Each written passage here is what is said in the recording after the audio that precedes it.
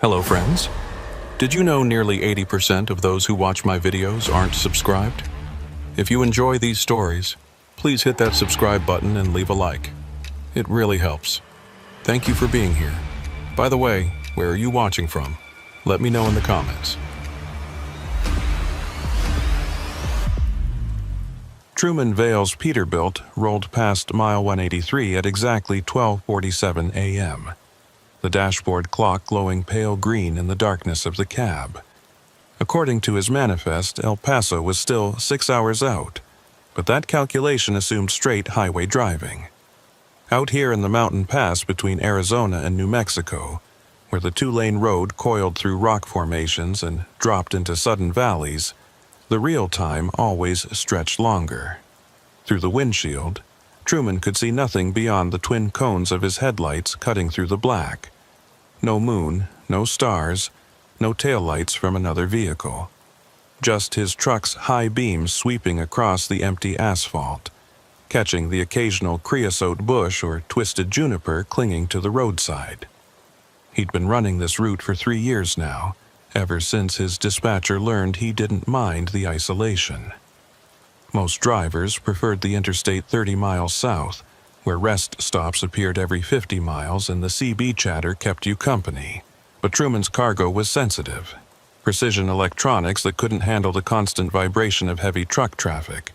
And this old highway offered smoother pavement, gentler curves, and almost no one else.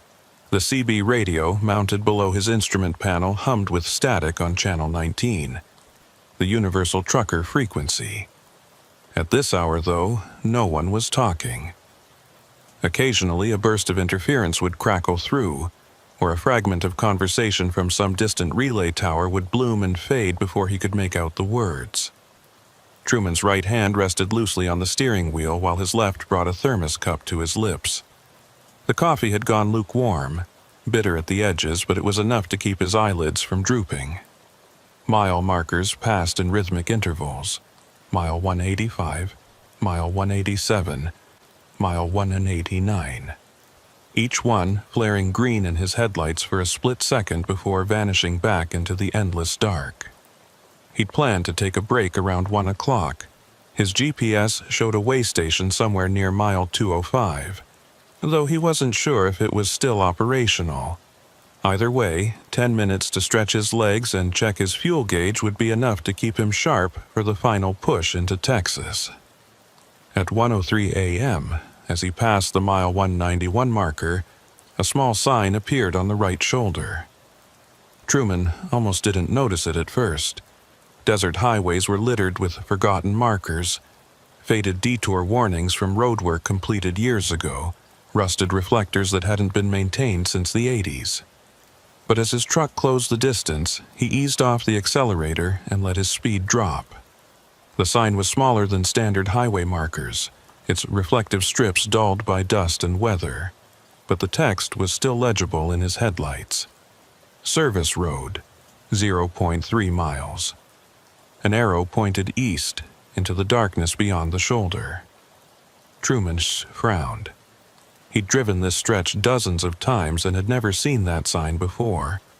More to the point, his GPS showed nothing out here. No rest area, no way station, no services of any kind for another 14 miles. He glanced at the odometer, then back at the road. The turnoff appeared exactly where the sign had promised. A narrow strip of asphalt branching off to the right, unmarked except for a single faded yellow line running down its center. No lights, no indication of what lay at the end. For a few seconds, Truman considered driving past. His schedule was tight, and exploring unmarked roads in the middle of nowhere wasn't part of the plan. But his lower back was starting to ache from hours in the seat, and his fuel gauge had dropped lower than he'd like. If this service road led to an old truck stop or even just a wide turnaround, it might be worth the detour. He flipped on his turn signal, a habit even when no one else was around, and guided the Peterbilt onto the narrow road. The asphalt here was older, cracked in places, with weeds pushing through the edges. His headlights swept across low hills of scrub brush and scattered boulders. The road curved gently to the left, then straightened out, climbing a shallow grade. Truman kept his speed under 20, listening to the hum of his tires on the rough pavement, the faint rattle of his cargo in the trailer behind him. The CB radio crackled once, a burst of static that sounded almost like a voice, but it faded before he could make out any words. After about half a mile, the road leveled out and opened into a wide clearing. Truman's headlights illuminated a structure ahead, a long, low building with a flat roof and concrete walls, painted a faded tan that had bleached almost white under years of desert sun. It looked like an old way station, the kind that used to be scattered along secondary highways before budget cuts and automation made them obsolete. The building had a large roll-up door on one side, closed and locked, and a smaller entrance near the front with a rusted metal frame. A single light pole stood in the parking area, but the bulb was either burned out or never connected. The only illumination came from Truman's truck. He pulled into the lot and set the parking brake, leaving the engine idling. For a moment he just sat there, hands still on the wheel, studying the building. Something about it felt off. Not dangerous exactly, but wrong in a way he couldn't quite name. The windows were dark, covered from the inside with what looked like sheets of plywood or cardboard. No signs, no posted hours, no indication that this place had been used for anything in a long time. And yet the pavement, though cracked, wasn't overgrown. The building's walls, though faded, weren't collapsed or vandalized. It looked abandoned, but not forgotten. Truman reached for his flashlight in the door pocket and stepped down from the cab. The desert air was cooler than he'd expected, carrying the faint smell of sage and dust. His boots crunched on gravel as he walked toward the building's entrance. The metal door was ajar, hanging slightly crooked on its hinges. He pushed it open with the back of his hand, not wanting to touch the handle directly, and stepped inside. The interior was darker than the night outside. His flashlight beam cut through the gloom, revealing a large open space that had once been a waiting area. A few plastic chairs were stacked in one corner, their seats cracked and sun-bleached. A counter ran along the far wall, its surface covered in a layer of fine dust. Behind the counter, a corkboard still held a few yellowed papers, notices about truck weight limits, a decades-old map of the county road system, a safety poster with colors so faded the text was barely readable. Truman moved the flashlight slowly across the room, taking in the details. Everything suggested this place had been closed for years, maybe a decade or more. But something was nagging at him, a detail his brain had registered but hadn't yet processed. He walked over to the counter and looked more closely at the papers pinned to the corkboard. Most were exactly what you'd expect. Administrative notices, inspection schedules, a phone list with numbers that probably didn't work anymore. But one document caught his eye. It was a logbook page, the kind truck drivers used to fill out by hand before electronic logging devices became mandatory. The paper was crisp, not yellowed like the others, and the ink looked fresh.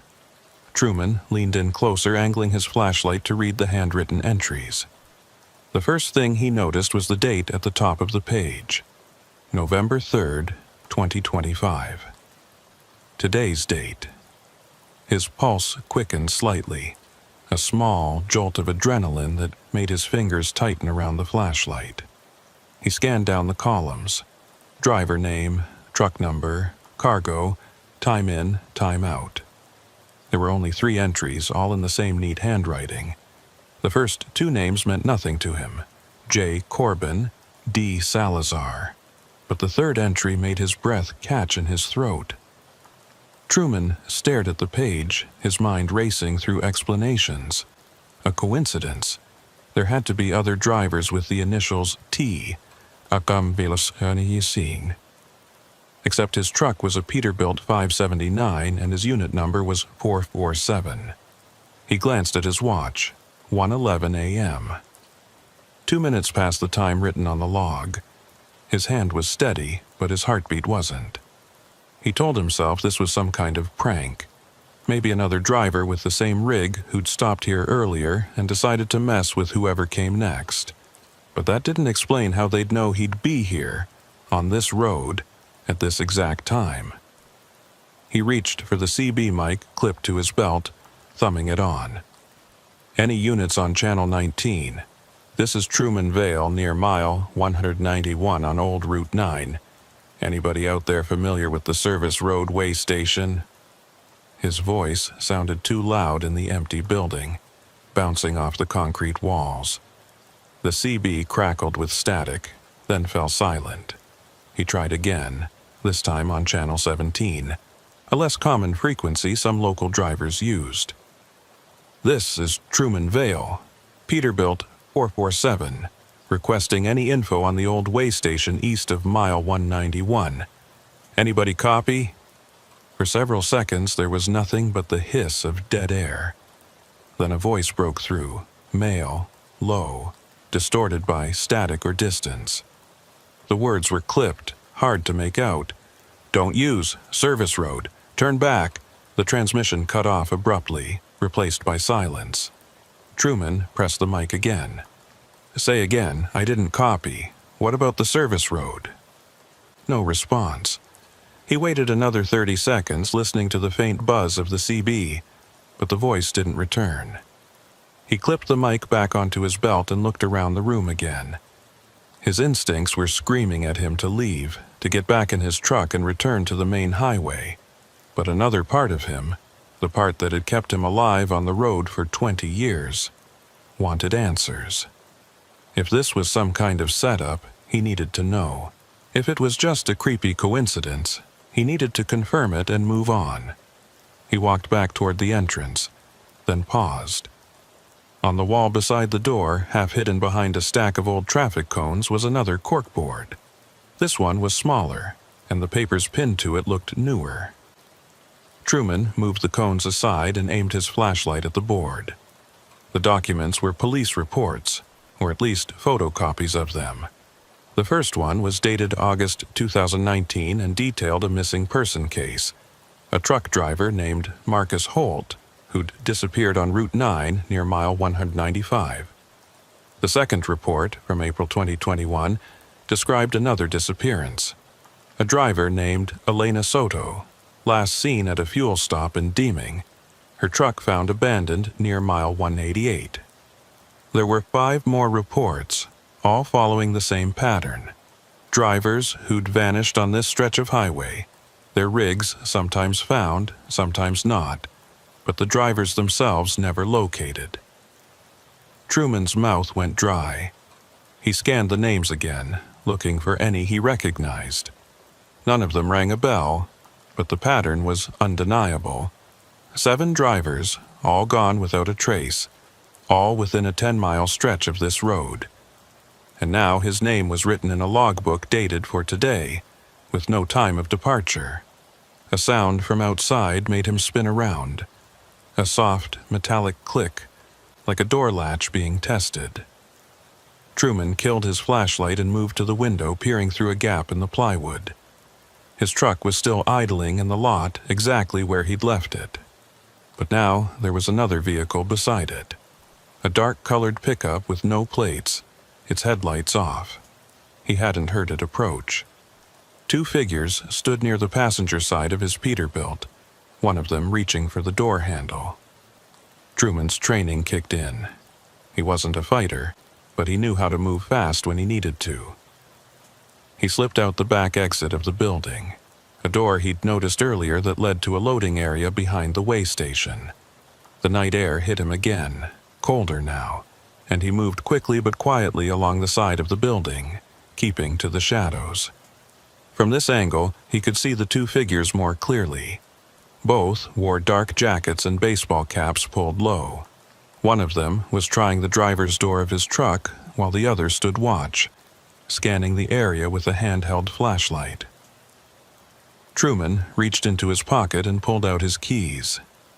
The panic button on his key fob would trigger the truck's alarm and horn, loud enough to wake the dead, and more importantly, loud enough to scare off anyone who didn't want attention. He pressed it once, hard.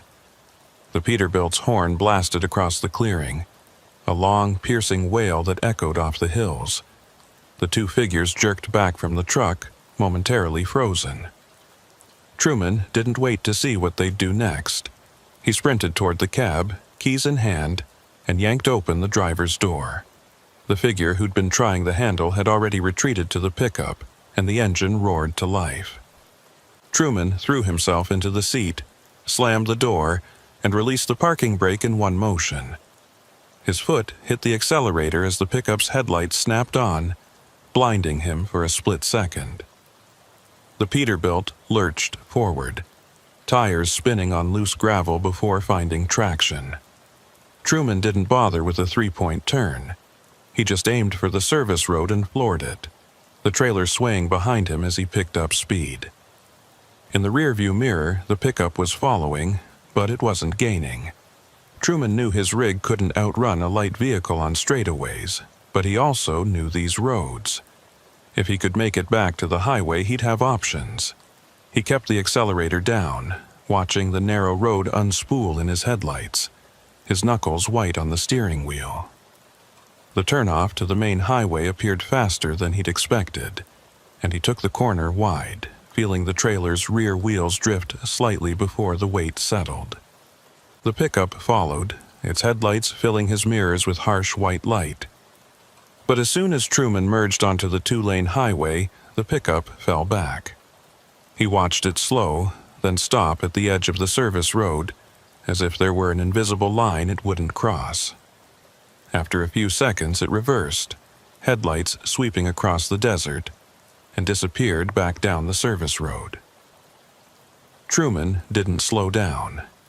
He kept his speed at 70, 10 miles over the posted limit, and didn't touch the brakes until he saw the glow of a truck stop on the horizon 20 minutes later. When he finally pulled into the lot and killed the engine, his hands were shaking.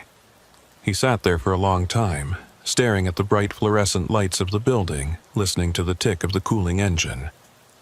Other trucks were parked in neat rows around him, their drivers asleep or inside getting coffee. Normal, safe, real. He thought about the logbook with his name on it, the police reports on the wall, the voice on the CB warning him to turn back, and the two figures who'd tried to get into his truck, who'd chased him back to the highway but stopped at the boundary as if they knew better than to follow. Truman pulled out his phone and opened the browser, searching for news about missing truck drivers on Route 9. The results came back sparse. A few old articles, nothing recent. But buried in a local forum, he found a thread from 3 years ago. Anyone else creeped out by the old way station near mile 191? The replies were a mix of skepticism and unease. One driver claimed to have stopped there and found his own name in a logbook before he'd even signed in. Another said the place was a front for cargo theft, that smugglers used it to intercept trucks carrying high-value loads. A third insisted it was just an abandoned building, and people were reading too much into it. Truman closed the browser and stared at his phone's dark screen. He didn't know what he'd stumbled into, but he knew he wasn't going back to find out. Tomorrow, he'd call his dispatcher and tell them to route him on the interstate from now on, even if it added an hour to his drive time. Some shortcuts weren't worth taking. He grabbed his duffel from the sleeper and headed inside for coffee and a shower. As he walked across the lot, he glanced back at his truck one more time. In the harsh overhead lights, it looked solid and ordinary. Just a working rig like 100 others parked here tonight. But he couldn't shake the image of that logbook page, his name written in fresh ink, the time matching almost exactly when he'd pulled into that clearing. He thought about the driver who'd written it, if it even was another driver, and wondered if they'd known what was waiting, or if they'd been just as surprised as he was. Inside the truck stop, the fluorescent lights buzzed overhead, and a country song played from a speaker near the register. A few drivers sat at the counter, nursing coffee and picking at plates of eggs and toast. Everything was warm and familiar and safe. Truman ordered his own coffee, and took a seat by the window where he could see his truck. He'd stay here until sunrise, he decided. No more night driving on back roads, no more taking chances with routes he didn't know. But even as he told himself that, he knew the questions would stay with him. Who were those men in the pickup? How did his information end up in a logbook at an abandoned way station? And what happened to the other drivers whose names were on those police reports? The ones who'd disappeared without a trace on the same stretch of highway he'd just escaped. He didn't have answers. He wasn't sure he wanted them. All he knew was that somewhere out there, on a dark service road branching off mile 191, something was waiting. And he'd come closer to it than he ever wanted to again. Truman didn't sleep that night. He sat in the truck stop booth until the sky started to pale, watching his Peterbilt through the window like it might disappear if he looked away. The coffee had gone cold in his cup an hour ago, but he kept holding it anyway, needing something solid in his hands. Around 5:30, the morning shift workers started arriving. A waitress who looked half asleep, a cook who moved through the kitchen with mechanical efficiency, a fuel attendant who nodded at Truman as he passed. Normal people doing normal jobs, unaware that 20 miles down the road, something deeply wrong was happening in an abandoned way station. By 6 a.m., Truman had made his decision. He pulled out his phone and scrolled through his contacts until he found the number for the Highway Patrol District office. He'd dealt with them before over the years. A few traffic stops, one accident report when he'd blown a tire on I-10, routine way station checks. He didn't know anyone personally, but he knew they took trucker reports seriously, especially when it involved potential cargo theft or highway safety issues. The line rang 4 times before a dispatcher answered, her voice crisp and professional. Truman explained what had happened, keeping his tone level and factual. The abandoned way station, the logbook with his information, the 2 men in the pickup, the police reports about missing drivers. The dispatcher listened without interrupting, then asked him to hold. 2 minutes passed, then 3. Muzak played softly in the background, some instrumental version of a song Truman didn't recognize. When the line clicked back, a different voice came on, male, deeper, with the flat authority of someone used to being obeyed. "This is Trooper Deacon Rusk. You're reporting an incident near mile 191 on Old Route 9. Truman confirmed and repeated his story, adding more details this time. Rusk asked him where he was now, what his truck looked like, whether he'd been injured. All standard questions, but Truman detected something else in the trooper's tone. Not quite surprise, but a kind of weary recognition, like he'd heard similar stories before. "Stay where you are," Rusk said finally. "I'm about 40 minutes out. Don't go back to that location, and don't talk to anyone else about this until we've had a chance to discuss it in person." The line went dead before Truman could ask why. He set the phone down and stared at it for a moment, processing the trooper's words. Don't talk to anyone else. That wasn't standard procedure for a simple trespassing or attempted theft report. That sounded like something bigger, something Rusk didn't want getting out before he had the control of the narrative. Truman walked back to his truck and did a full inspection, something he should have done hours ago but had been too shaken to attempt. He circled the Peterbilt slowly, checking the trailer doors, the straps securing his cargo, the tires and undercarriage. Everything looked normal. No scratches, no tampering, no signs that the 2 men had managed to get inside before he'd scared them off. But when he reached the passenger side, he noticed something he'd missed in the dark. On the bottom step, just below the door handle, was a smear of reddish-brown dust. It looked like clay or dried mud, but the texture was wrong. Too fine, almost powdery. Truman crouched down and touched it with one finger. The residue came away easily, staining his skin in a way that felt uncomfortably like old blood, though he knew it wasn't. It was just desert soil, the kind that turned to powder after months without rain. Still, it bothered him. He hadn't walked through any dirt patches last night, and his route from the way station to his truck had been on pavement the whole way, which meant someone else had left that mark, someone who'd climbed up to his door and left traces of where they'd been. Truman pulled out his phone and took a photo of the smudge, then wiped it clean with a rag from his toolbox. He wasn't sure why he felt the need to document it, but instinct told him every detail mattered now.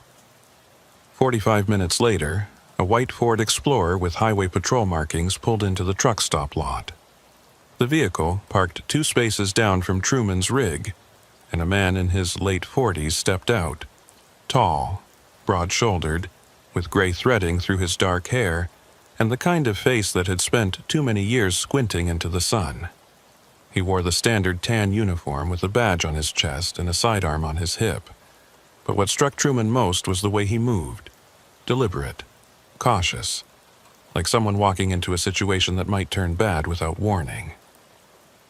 Trooper Deacon Rusk looked around the parking lot once before approaching, his eyes cataloging every vehicle, every person, every possible line of sight. "Mr. Vale," Rusk extended his hand, and Truman shook it. The trooper's grip was firm, but not aggressive, professional. "Appreciate you waiting. Let's talk in your cab if that's all right with you. More privacy."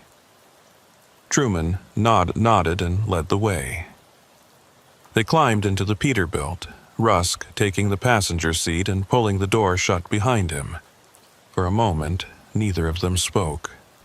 Rusk studied the interior of the cab, the logbook on the dash, the CB radio, the thermos still sitting in the cup holder. Then he pulled out a small notebook and a pen. "Tell me again what happened last night. Start from when you first saw the sign for the service road." Truman went through it all again, slower this time, pausing when Rusk asked for clarification or made notes. The trooper's face remained neutral throughout, giving nothing away. But when Truman described the logbook with his name and truck number already written in it, Rusk's pen stopped moving. "You're certain it was your information? Not just similar?" Truman nodded. "Unit 447, Peterbilt 579. My initials. The time was 2 minutes before I looked at my watch. I didn't imagine it." Rusk tapped his pen against the notebook, thinking. "And the police reports on the wall. You remember any of the names?" Truman recited the 2 he'd memorized. Marcus Holt from 2019, Elena Soto from 2021. Rusk's expression didn't change, but his jaw tightened slightly. Those are real cases. Both still open. Holt's truck was found abandoned near mile 188. No sign of him. Soto's rig disappeared completely, like she drove off the edge of the earth. He paused, choosing his words carefully. There have been others. Not just drivers. Hikers, motorists, people passing through this area who never made it to their destination. 7 confirmed disappearances over the last 6 years, all within a 10-mile radius of where you stopped last night. The confirmation sent a chill through Truman's chest. "So, what is that place? Some kind of trap?" Rusk exhaled slowly, rubbing his temple like he was fighting off a headache. "Officially, it's an abandoned way station that was decommissioned in 2003. The county owns the land but doesn't maintain it. We've responded to calls out there before. Vagrants using it for shelter, kids breaking into party, that sort of thing. But every time we investigate, there's nothing. No evidence of recent activity, no signs of foul play, just an empty building." He met Truman's eyes. "Unofficially, there are rumors. Smuggling networks using old government infrastructure to move contraband. cargo thieves posing as law enforcement to intercept high-value shipments. Even some talk about a rogue operation, former cops or military running illegal checkpoints to rob drivers, but we've never found proof. No witnesses who'd talk, no physical evidence we could use in court. Truman felt his frustration rising. What about the logbook? What about those 2 men who tried to break into my truck? Rusk held up a hand. I believe you. But here's the problem. If we go out there right now, what do you think we'll find? I'm willing to bet that logbook page is gone. Those police reports you saw, probably gone too. And the men in the pickup, they'll be long gone. And without a license plate or clear description, we've got nothing to go on. These people, whoever they are, they're careful. They cover their tracks. So what am I supposed to do? Just forget it happened? Truman's voice came out harder than he'd intended, but he didn't care. He'd nearly been ambushed last night, and now he was being told there was no way to follow up. Rusk leaned back in the passenger seat, his expression softening slightly. No, you did the right thing by calling it in. I'm going to file a report, and I'll send a unit out to that way station today to document whatever's there. But I'm also going to give you some advice, driver to driver. Don't go back to Route 9. Use the interstate from now on. I know it's longer, and I know your cargo might be sensitive, but it's not worth the risk. Whatever's happening out there, it's been going on for years, and we haven't been able to stop it.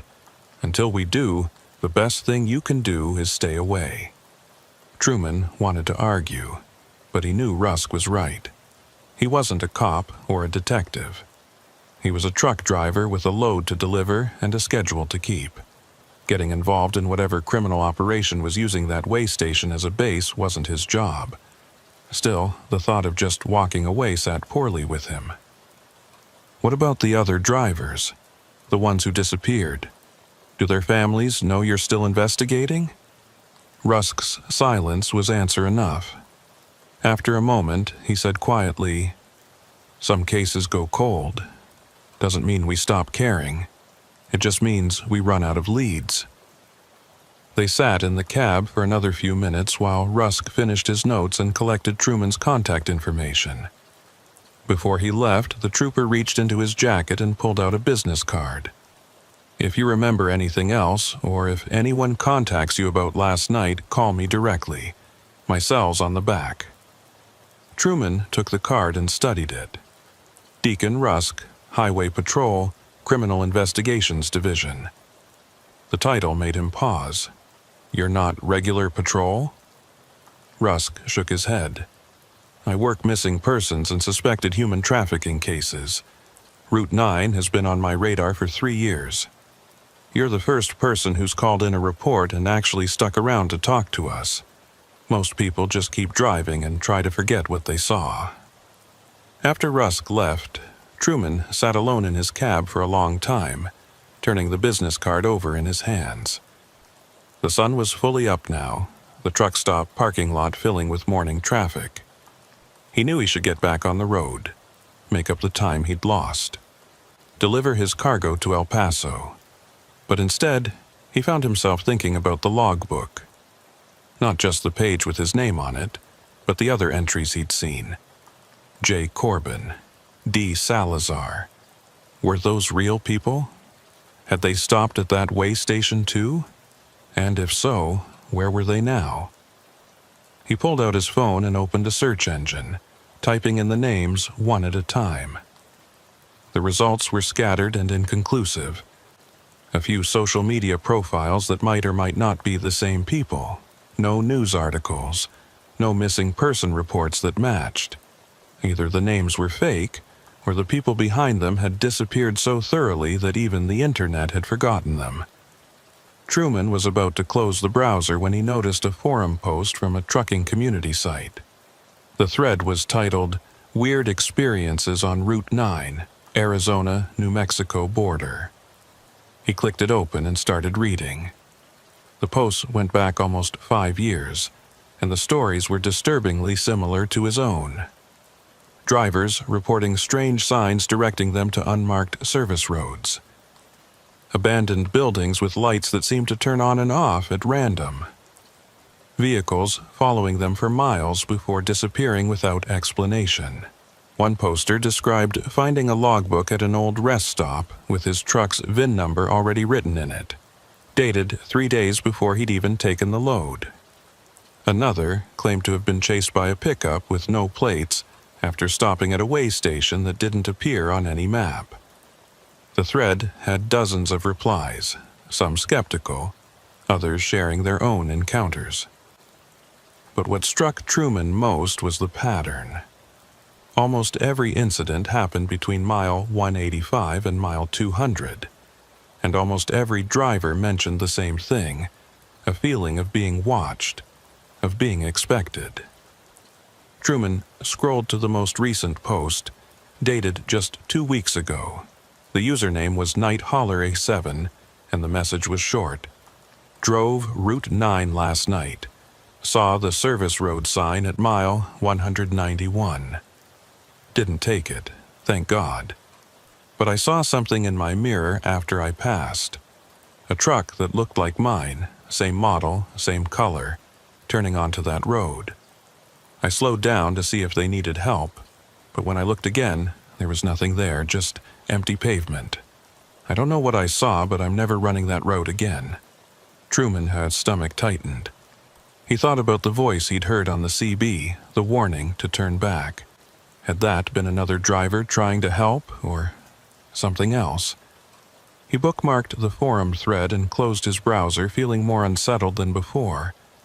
Knowledge was supposed to bring clarity, but all he'd found were more questions. Around 9 a.m., Truman finally started his truck and pulled out of the parking lot. He'd rerouted his GPS to take the interstate, adding an extra hour to his drive time. His dispatcher wouldn't be happy, but he'd deal with that later. As he merged onto the highway, he kept checking his mirrors, half expecting to see a dark pickup following him. But the road behind him stayed empty, just a normal stream of morning traffic heading east toward Texas. He was 50 miles past the truck stop when his CB radio crackled to life. At first, it was just static, the usual background noise of a dozen conversations happening on different channels. But then a voice cut through, clear and distinct, speaking directly to him. Truman Vale, Peterbilt 447. You made a mistake last night. Truman's hand shot to the CB mic, but before he could respond, the voice continued. You saw something you weren't supposed to see. You talked to people you weren't supposed to talk to. That makes you a problem. The transmission cut off, replaced by silence. Truman's heart was pounding now, adrenaline flooding his system. He scanned the road around him, nothing but passenger cars and a few other trucks, all of them maintaining normal speed and distance. No dark pickups, no vehicles closing in. He keyed the mic. Who is this? Identify yourself. No response. He tried again on channel 19, then channel 17, then every other frequency he could think of. Nothing. Just dead air. For the next hour, Truman drove in tense silence, his eyes constantly flicking between the road ahead and the mirrors. Every vehicle that came up behind him felt like a threat. Every exit seemed like a potential ambush point. He thought about calling Trooper Rusk, but what would he say? Someone spoke to him on a CB radio? That could have been anyone, anywhere. CB signals could bounce for hundreds of miles under the right atmospheric conditions. It didn't necessarily mean someone was following him. But the voice had known his name, his truck number, and it had referenced last night. By the time Truman reached El Paso and delivered his cargo, the sun was setting. He'd pushed through without stopping, skipping his usual meal break and ignoring his fatigue. The warehouse crew unloaded his trailer in 40 minutes, and Truman signed off on the paperwork with a shaking hand. His next load wasn't scheduled until tomorrow morning, which meant he had the night free. Normally, he'd find a quiet truck stop and catch up on sleep. But tonight, he wanted lights, people, noise, anything that would drown out the silence of his own thoughts. He parked at a busy travel plaza on the edge of the city and walked inside, past rows of slot machines and lottery kiosks, to a small diner tucked in the back. The place was crowded with travelers and local workers, the air thick with the smell of fried food and coffee. Truman took a booth in the corner where he could see the entrance and ordered a burger he didn't really want. While he waited, he pulled out Trooper Rusk's business card and dialed the cell number on the back. Rusk answered on the second ring. "This is Deacon." Truman identified himself and described the CB transmission he'd received. The trooper was quiet for a moment, then asked him to repeat the exact words. When Truman finished, Rusk said, "Could have been a hoax. CB channels aren't secure, and if someone knew you filed a report, they might be trying to scare you into keeping quiet." His tone suggested he didn't entirely believe that explanation, but it was the rational one. Truman pressed him. "Did you send someone out to the way station? Did you find anything?" "We did," Rusk said carefully. The building was empty. No logbook, no police reports on the wall, no signs of recent activity. Just dust and old furniture. Truman felt a surge of frustration. "So you're saying I made it up?" Rusk cut him off. "I'm saying exactly what I told you this morning. These people are careful. They clean up after themselves. But here's something I didn't mention earlier. We found tire tracks in the dirt behind the building. Recent ones, probably from last night. 2 sets, both consistent with a light truck or SUV. We're running the tread patterns, but it's going to take time." That was something, at least. Proof that someone had been there. "What do I do now?" Truman asked. Rusk's answer was the same as before. "Stay on the interstate. Don't engage if anyone contacts you again, and keep me updated if anything else happens." They ended the call, and Truman sat staring at his phone. He felt like he was caught in a story with no resolution, just an endless series of questions leading nowhere. His food arrived, and he forced himself to eat, though every bite tasted like cardboard. Across the diner, a waitress moved between tables, refilling coffee and chatting with regulars. She was older, maybe in her 60s, with short gray hair and a name tag that read Birdie. Truman watched her absently, envying the simplicity of her routine. She probably went home every night to the same house, the same bed, the same safe, predictable life. She didn't have to worry about mysterious way stations, or men in dark pickups, or voices on the radio that knew her name. When Birdie came by to refill his coffee, she noticed his expression. "Long day?" she asked, her tone kind. Truman managed a tired smile, something like that. She lingered for a moment, studying him with the practiced eye of someone who'd spent years reading people. "You're a driver, aren't you? I can always tell. You've got that look, like you're still moving even when you're sitting still." Truman nodded. 20 years on the road. Birdie poured his coffee and set the pot down on the table. "My late husband was a driver. He used to say the hardest part wasn't the driving, it was the things you saw that you couldn't do anything about. He'd come home sometimes with this weight on him, and I knew he'd seen something that bothered him. But he'd never talk about it, just said it was part of the job." Truman looked up at her, surprised by the openness in her voice. "Did he ever tell you what kind of things?" Birdie shook her head. "Not in detail, but I knew it was bad. Accidents mostly, sometimes worse. He quit when he turned 50, said he couldn't take it anymore. We bought a little diner in Alamogordo and ran it for 10 years before he passed." She picked up the coffee pot again, ready to move on to the next table. "If you're carrying something heavy, son, don't carry it alone. Find someone to talk to. It'll eat you up otherwise."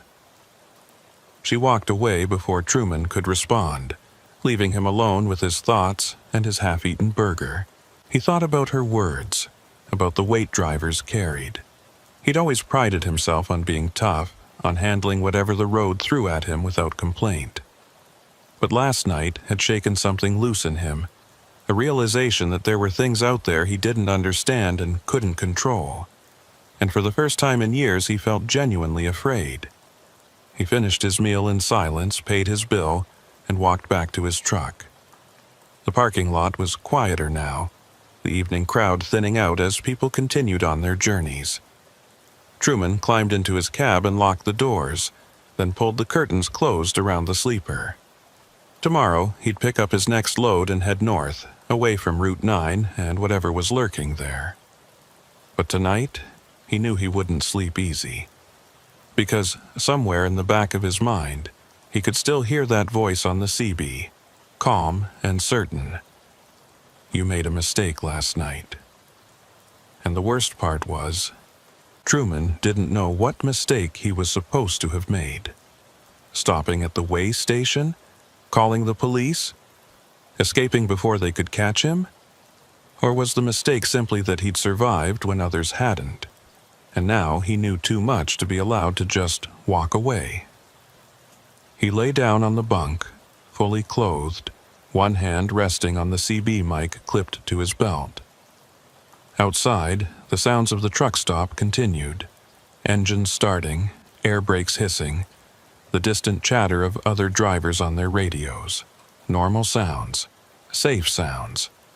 But Truman couldn't shake the feeling that somewhere out there someone was listening, waiting, and that this wasn't over yet. Truman didn't pick up his next load the following morning. Instead, he sat in his cab at the El Paso Travel Plaza and made a decision that went against every practical instinct he'd developed over 20 years of trucking. He was going back to Route 9. Not to the way station, he wasn't that reckless, but to the area around it.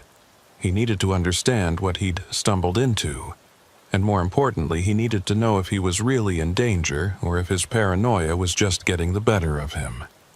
The CB transmission had rattled him more than he wanted to admit, but in the clear light of morning, he could almost convince himself it had been a prank or a coincidence.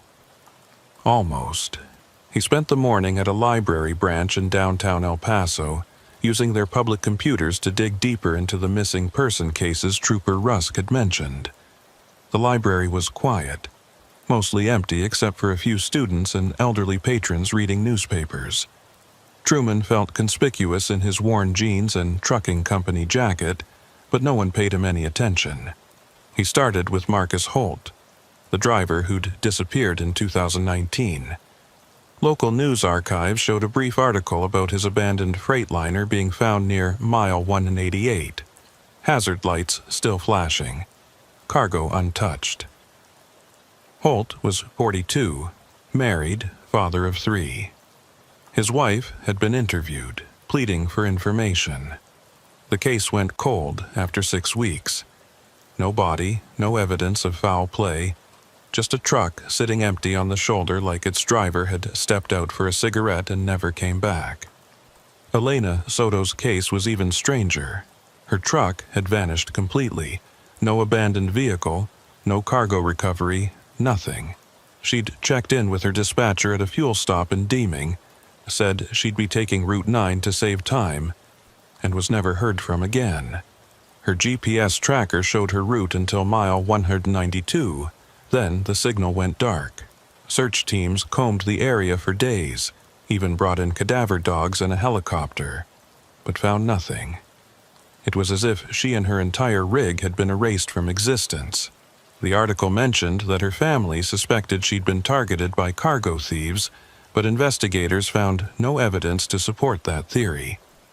The case remained open, but inactive. Truman searched for the other names he'd seen on those police reports at the way station, but most yielded nothing. Either the reports had been fabricated to scare him, or the cases were too old or too minor to have made the news. But he did find 2 more disappearances that fit the pattern. A tourist named Gerald Vance, who'd gone missing while driving through the area in 2020, and a highway maintenance worker named Raymond Kolb, who'd failed to return from a routine inspection in 2022. Both cases went nowhere. Both happened within 5 miles of mile 191. By noon, Truman had filled 3 pages of a notebook with dates, names, and locations, trying to find a pattern beyond the obvious geographic clustering. Were the disappearances seasonal? No. They'd happened in every month except December and January. Were the victims a specific demographic? No. Young and old, male and female, local and out of state. The only common thread was the location, and the fact that none of them were ever found. It was as if Route 9 had a gravitational pull that swallowed people whole. Truman closed his notebook and stared at the computer screen. The rational part of his brain told him he should let it go, that this was a job for law enforcement, not a truck driver with too much curiosity. But the other part, the part that had seen his name written in a logbook before he'd even arrived, knew he couldn't just walk away. Someone had expected him. Someone had known he'd take that service road, and that meant this wasn't random. It was targeted. He left the library and drove north, retracing his route from 2 nights ago. The interstate was busy with midday traffic, but when he turned onto Route 9, the road emptied out almost immediately. It was strange how quickly the world changed. 1 minute he was surrounded by 18-wheelers and SUVs, radio stations clear and strong. The next, he was alone on a 2-lane highway with nothing but static on the airwaves and miles of empty desert stretching to the horizon. The isolation felt deliberate, like the road itself was designed to make people disappear. Truman slowed as he approached mile 191. In daylight, the service road turnoff looked even less remarkable than it had at night. Just a narrow strip of cracked asphalt branching east, easy to miss if you weren't looking for it. The sign he'd seen before was gone. No marker, no arrow, nothing to indicate the road even existed. Truman pulled onto the shoulder and put the truck in park, leaving the engine running. He sat there for several minutes, studying the turnoff through his windshield. The pavement was visible for maybe 50 yards before it curved out of sight behind a low ridge. Beyond that, he could see nothing. No buildings, no vehicles, no movement. He thought about driving down there again, but immediately dismissed the idea. Whatever was at that way station, they knew he'd been there once. Going back would be walking into a trap. Instead, he pulled out his phone and called Trooper Rusk. The call went to voicemail. Truman left a brief message saying he was back at mile 191 and asked Rusk to call him back. Then he sat and waited, watching the service road like it might suddenly produce answers. 20 minutes passed. A few cars drove by on the main highway, their drivers not even glancing at the turnoff. Truman's CB radio crackled occasionally with distant chatter. Truckers coordinating fuel stops. Someone complaining about construction delays near Albuquerque. Normal road talk. Nothing threatening.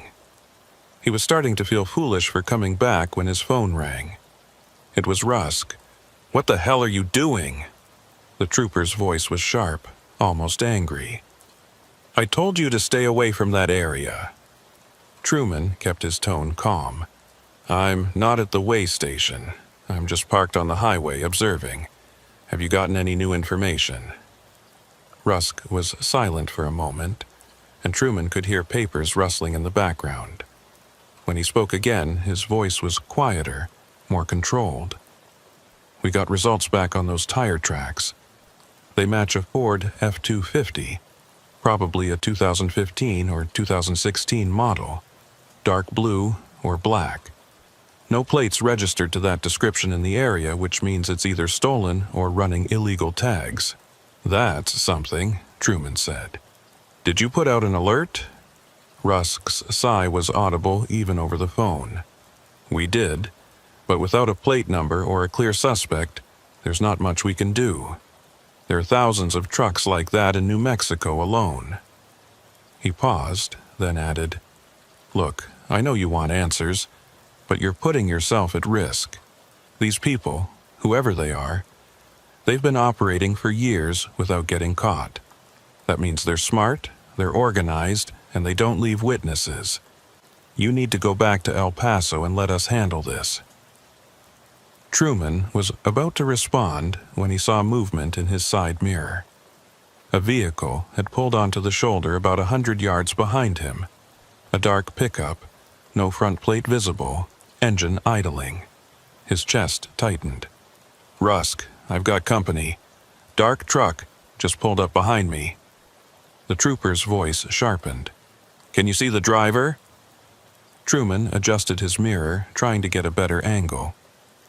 The truck's windshield was tinted too dark to make out any details. "Negative. Windows are blacked out. Should I move?" "Yes. Get back on the highway and head toward the nearest populated area. Don't stop, don't engage. I'm dispatching a unit to your location now, but they're at least 15 minutes out." Rusk's tone was urgent but controlled. "Stay on the line with me." Truman released the parking brake and eased the Peterbilt forward, merging back onto Route 9. In his mirror, the dark pickup matched his movement, pulling onto the road behind him but maintaining distance, not closing in, not falling back, just following. Truman's pulse quickened. "He's tailing me, about 50 yards back." "Keep your speed steady," Rusk instructed. "Don't do anything that might provoke a confrontation. The unit is en route, ETA 12 minutes. Truman nodded, even though Rusk couldn't see him. 12 minutes felt like an eternity. He watched the speedometer, keeping it right at 55, and kept glancing at his mirrors. The pickup stayed exactly where it was, matching his speed with eerie precision. No attempt to pass, no aggressive maneuvers, just a steady, patient pursuit. It was somehow worse than if they'd tried to run him off the road. This felt calculated. "Rusk, this doesn't feel like road rage. They're not trying to overtake me. They're just watching." Truman's voice was steady, but his hands were slick with sweat on the steering wheel. The trooper's response was grim.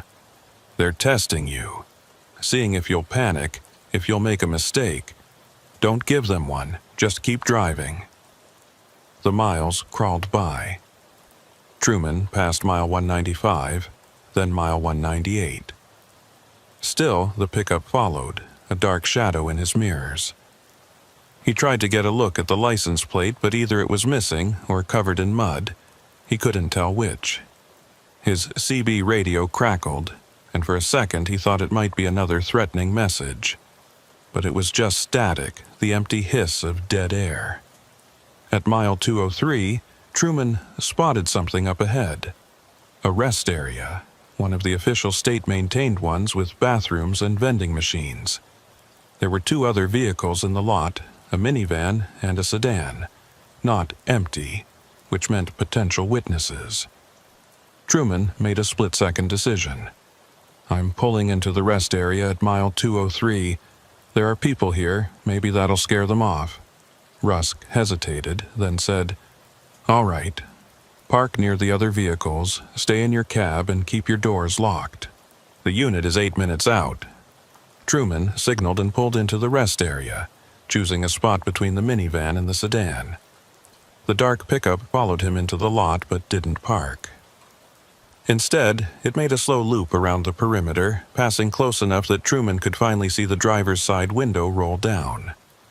A man's face appeared, partially obscured by a baseball cap and sunglasses, but visible enough that Truman could make out a strong jawline and a thin scar running down his left cheek.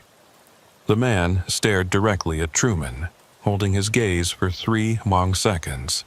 Then he smiled, not friendly, not threatening, just a cold, knowing expression that made Truman's stomach turn. The window rolled back up, and the pickup accelerated out of the lot, heading north on Route 9. Truman exhaled a breath he didn't realize he'd been holding. "They're gone. Headed north, probably doing 60. Rusk's voice was tense. "Did you get a plate?" Truman shook his head. "No plate. but I saw the driver. White male, maybe late 30s, scar on his left cheek, wearing a cap and sunglasses. Rusk was already taking notes. Good. That's more than we've had before. Stay where you are. The patrol unit is almost there. 5 minutes later, a New Mexico State Police cruiser pulled into the rest area, lights flashing. Truman stepped down from his cab and met the officer, a younger trooper named Alvarez, who took his statement and radioed in the description of the pickup and driver. Alvarez was professional but visibly skeptical, and Truman couldn't blame him. A truck followed you for a few miles and then left. On its own, it wasn't much of a crime. But when Alvarez ran Truman's information and saw the incident report from 2 nights ago, his demeanor shifted. He called Rusk, spoke in low tones for a few minutes, then returned to Truman with a more serious expression.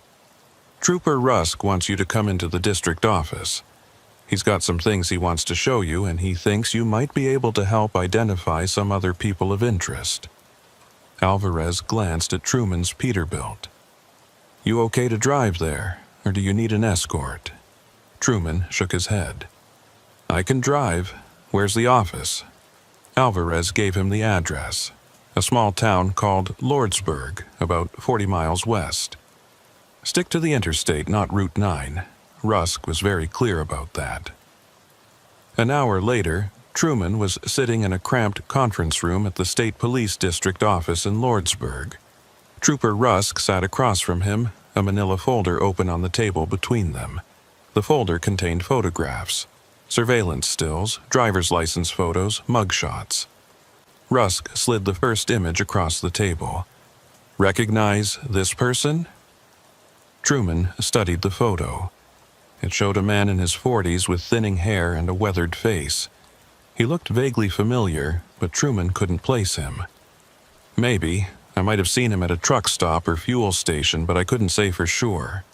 Rusk nodded and showed him another photo. This one was clearer, a mugshot of a man in his 30s with the same scar Truman had just seen. That's him, Truman said immediately. That's the guy from the pickup. Rusk leaned back in his chair, his expression unreadable. His name is Victor Salton, ex-military, dishonorably discharged in 2014 for conduct violations. He's got a record: assault, theft, suspected involvement in a smuggling operation out of El Paso. We've had him on our radar for years, but we've never been able to make anything stick. Witnesses disappear, evidence goes missing, and Salton always has an alibi. Truman felt a chill run down his spine. You think he's behind the disappearances? Rusk pulled out another photo, this one showing a group of men standing next to a semi-truck. Salton was among them, along with 2 others Truman didn't recognize.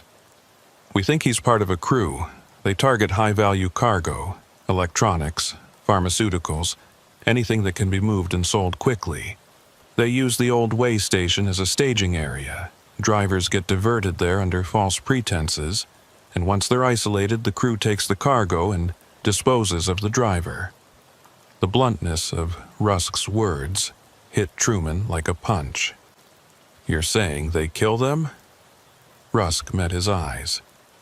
We don't have bodies, so we can't prove it. But 7 people don't just vanish into thin air. And the fact that you're sitting here alive and talking to me makes you an anomaly. You got away. That makes you a witness, and it makes you a liability to them. Truman's throat felt dry. So what do I do? You testify, Rusk said simply. We're building a case, but we need someone who can put Salton at that location and describe what happened. Your testimony, combined with the tire tracks and the CB transmission, might be enough to get a warrant. From there, we can dig deeper, maybe find physical evidence that ties them to the other disappearances. Truman hesitated. And if I testify, what happens to me? Do I get protection, or do I just become a bigger target? Rusk didn't sugarcoat it. I can't promise you'll be safe. These people are dangerous. But I can promise we'll do everything in our power to bring them in before they have a chance to come after you. He tapped the folder.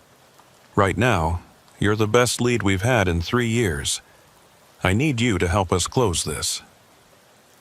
Truman thought about the logbook with his name in it, the police reports on the wall, Marcus Holt and Elena Soto and all the others who'd driven down that service road and never come back.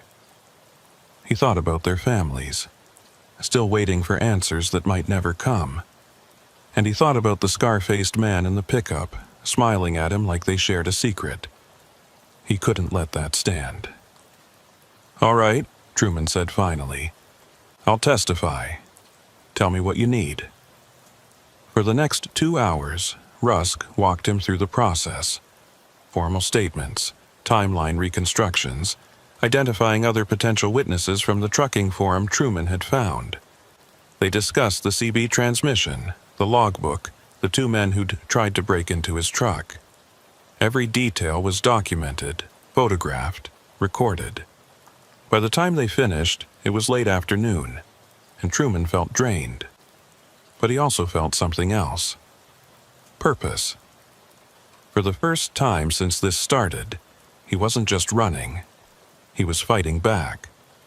As Truman prepared to leave, Rusk handed him a new business card. This one with an after-hours number and an email address. "If anything happens, anything at all, you contact me immediately. Don't wait, don't second-guess yourself. I'll have patrols increase their presence on Route 9, and I'll put out a bolo for Salton's truck. But you need to be careful. These people are watching, and they know you talked to us." Truman pocketed the card. "I will, and Rusk, thank you for taking this seriously." The drive back to El Paso felt longer than it should have. Truman kept his speed steady, his eyes on the mirrors, his CB radio tuned to Channel 19. Other truckers chattered about weather and traffic, their voices a comforting background noise. He didn't join the conversation, just listened, letting the normalcy of it wash over him.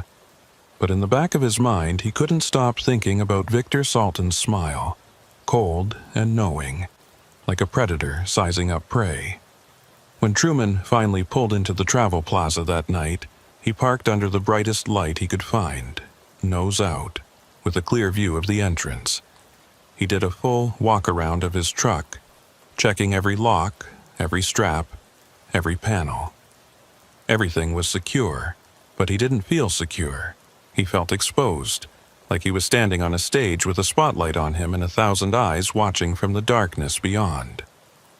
Inside the plaza, he bought a cup of coffee and a sandwich he didn't taste. He sat at a table near the window, his back to the wall, and watched the parking lot. Trucks came and went, drivers moving through their routines with the weary efficiency of people who'd done this 1,000 times. No one paid him any attention. No dark pickups, no suspicious vehicles, no men with scars, just normal people living normal lives. But Truman knew better now. He knew that underneath the surface of this normal, everyday world, there were currents running dark and deep. There were people who saw drivers like him not as human beings, but as opportunities. And there were places like that way station at mile 191, where the rules didn't apply and anything could happen. He'd survived one encounter with that world. He wasn't sure he'd survive another. His phone buzzed with a text from Rusk. Warrant approved. Raiding the location tomorrow at dawn. Stay safe. Truman read the message twice, then put his phone away. Tomorrow, the police would move on the way station. Tomorrow, they might find evidence. Tomorrow, they might start getting answers for the families of Marcus Holt and Elena Soto and all the others. But tonight, Truman was alone with his coffee and his thoughts, and the growing certainty that this wasn't over. Not yet. He finished his meal and returned to his truck, climbing into the sleeper and drawing the curtains. He didn't undress, didn't even take off his boots. He just lay there in the darkness, listening to the sounds of the travel plaza outside. Engines, air brakes, voices, and underneath it all, in the quiet spaces between sounds, He listened for something else. The crunch of gravel, the click of a door latch, the whisper of a voice on the CB saying his name. He told himself he was being paranoid. He told himself the police would handle it. He told himself he was safe. But deep down, in the place where instinct lived, Truman knew the truth. The clock at mile 191 hadn't just stopped for him. It was counting down, and when it reached 0, someone would come to collect. Truman woke to the sound of his phone buzzing on the dashboard. For a disorienting moment, he didn't know where he was. The sleeper berth was dark, the curtains drawn tight, and his neck ached from sleeping in his boots. Then memory crashed back. The way station. Victor Salton. The warrant. He fumbled for his phone, squinting at the screen. 6:14 a.m. The caller ID showed Trooper Rusk's number. Truman answered, his voice rough from sleep. "Yeah. It's Rusk. We just finished the raid." The trooper's voice was flat, drained of emotion. Truman sat up, fully awake now. And there was a long pause on the other end, filled only with the faint static of a bad connection. When Rusk spoke again, his words came slowly, carefully chosen. The building was empty. No logbooks, no police reports, no equipment. Nothing but dust and old furniture just like before. We brought cadaver dogs, checked the surrounding area for graves or dump sites. Nothing. No forensic evidence, no tire tracks this time. No indication anyone's been there in years.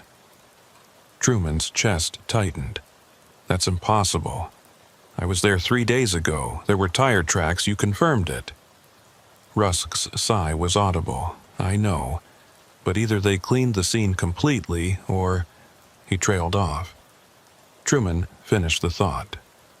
Or what? Another pause. Or... We're dealing with something more sophisticated than a simple cargo theft operation. The kind of people who have the resources to sanitize a site this thoroughly, this quickly. That's not amateur hour. That's professional. Truman rubbed his face with his free hand, trying to process what he was hearing. What about Salton? Did you pick him up? Rusk's answer was clipped. We tried. His last known address was abandoned. His truck's not registered to him. It's owned by a shell company that doesn't exist on paper. We've got a bolo out, but so far, nothing. It's like he knew we were coming. The implication hung in the air between them, unspoken but clear. Either someone had tipped Salton off, or he'd been watching closely enough to know when to disappear. So, what now? Truman asked, though he already suspected the answer. Rusk's tone softened slightly. Now, we keep investigating. We'll follow up on the shell company, track financial records, put pressure on known associates. But realistically, without physical evidence or a suspect in custody, this case is going to stall. I'm sorry, Truman. I know that's not what you want to hear. It wasn't. But Truman had been around long enough to know how these things went. Cases went cold, leads dried up, people moved on. What about me? Am I still at risk? I don't know, Rusk admitted. If Salton's smart, and he clearly is, he'll lay low for a while. He knows we're watching now, but that doesn't mean you're safe. It just means the threat might not be immediate. He paused. Keep your head down. Vary your routes. Stay in populated areas, and if you see anything suspicious, call me immediately. They ended the call, and Truman sat in the dim light of his sleeper, staring at nothing. The raid had been his best hope for closure, for answers, for some kind of resolution. And now it was gone, dissolved into the same fog of uncertainty that surrounded everything else about this case. He thought about going home, taking a few days off to clear his head. But home was an empty apartment in Tucson that he barely recognized anymore, and taking time off meant sitting alone with his thoughts, something he'd learned to avoid over the years. The road was better. The road kept him moving, kept him focused on the next delivery, the next mile marker, the next sunrise. So he got dressed, splashed water on his face in the Travel Plaza bathroom, and checked his dispatch for the next available load. His dispatcher had him scheduled for a run to Phoenix, picking up auto parts at a warehouse in Las Cruces. Standard job, interstate all the way. No back roads, no detours. Exactly what he needed. The drive to Las Cruces was uneventful. Morning traffic on I-10 was light, and Truman made good time. He picked up the cargo without incident, signed the paperwork, and was back on the road by noon. Phoenix was 4 hours west, straight shot on the interstate. He'd arrive before dark, drop the load, and find a truck stop for the night. Simple, safe, normal. But as the miles rolled by, Truman couldn't shake the feeling that he was being watched. Every vehicle that lingered in his mirrors felt like a potential threat. Every rest area looked like a place where someone might be waiting. He told himself it was paranoia, a natural response to what he'd been through. But knowing it was paranoia didn't make it feel any less real. Around 2 p.m., Truman's CB radio crackled to life. At first, it was just the usual chatter, truckers discussing traffic conditions, someone complaining about a way station backup. But then a voice cut through, clearer than the others, speaking directly into the noise. Peterbilt 447, this is a courtesy call. Truman's hands tightened on the steering wheel. He recognized the phrasing from 3 days ago, the same clinical, detached tone. He grabbed the CB mic. Who is this? Static washed across the channel, then the voice returned. You were given a warning. You chose not to heed it. Choices have consequences, Truman. His pulse hammered in his ears. He scanned the traffic around him. A minivan, 2 sedans, a panel truck, all maintaining normal distances. No dark pickups, no suspicious vehicles. What do you want? Truman kept his voice steady, refusing to show fear even though his entire body was tense. The voice on the CB was unhurried, almost conversational. We want what we've always wanted, to be left alone. But you've made that difficult. You've involved people who ask questions. Questions lead to complications. I didn't see anything, Truman said, knowing it was a lie but hoping it might buy him something.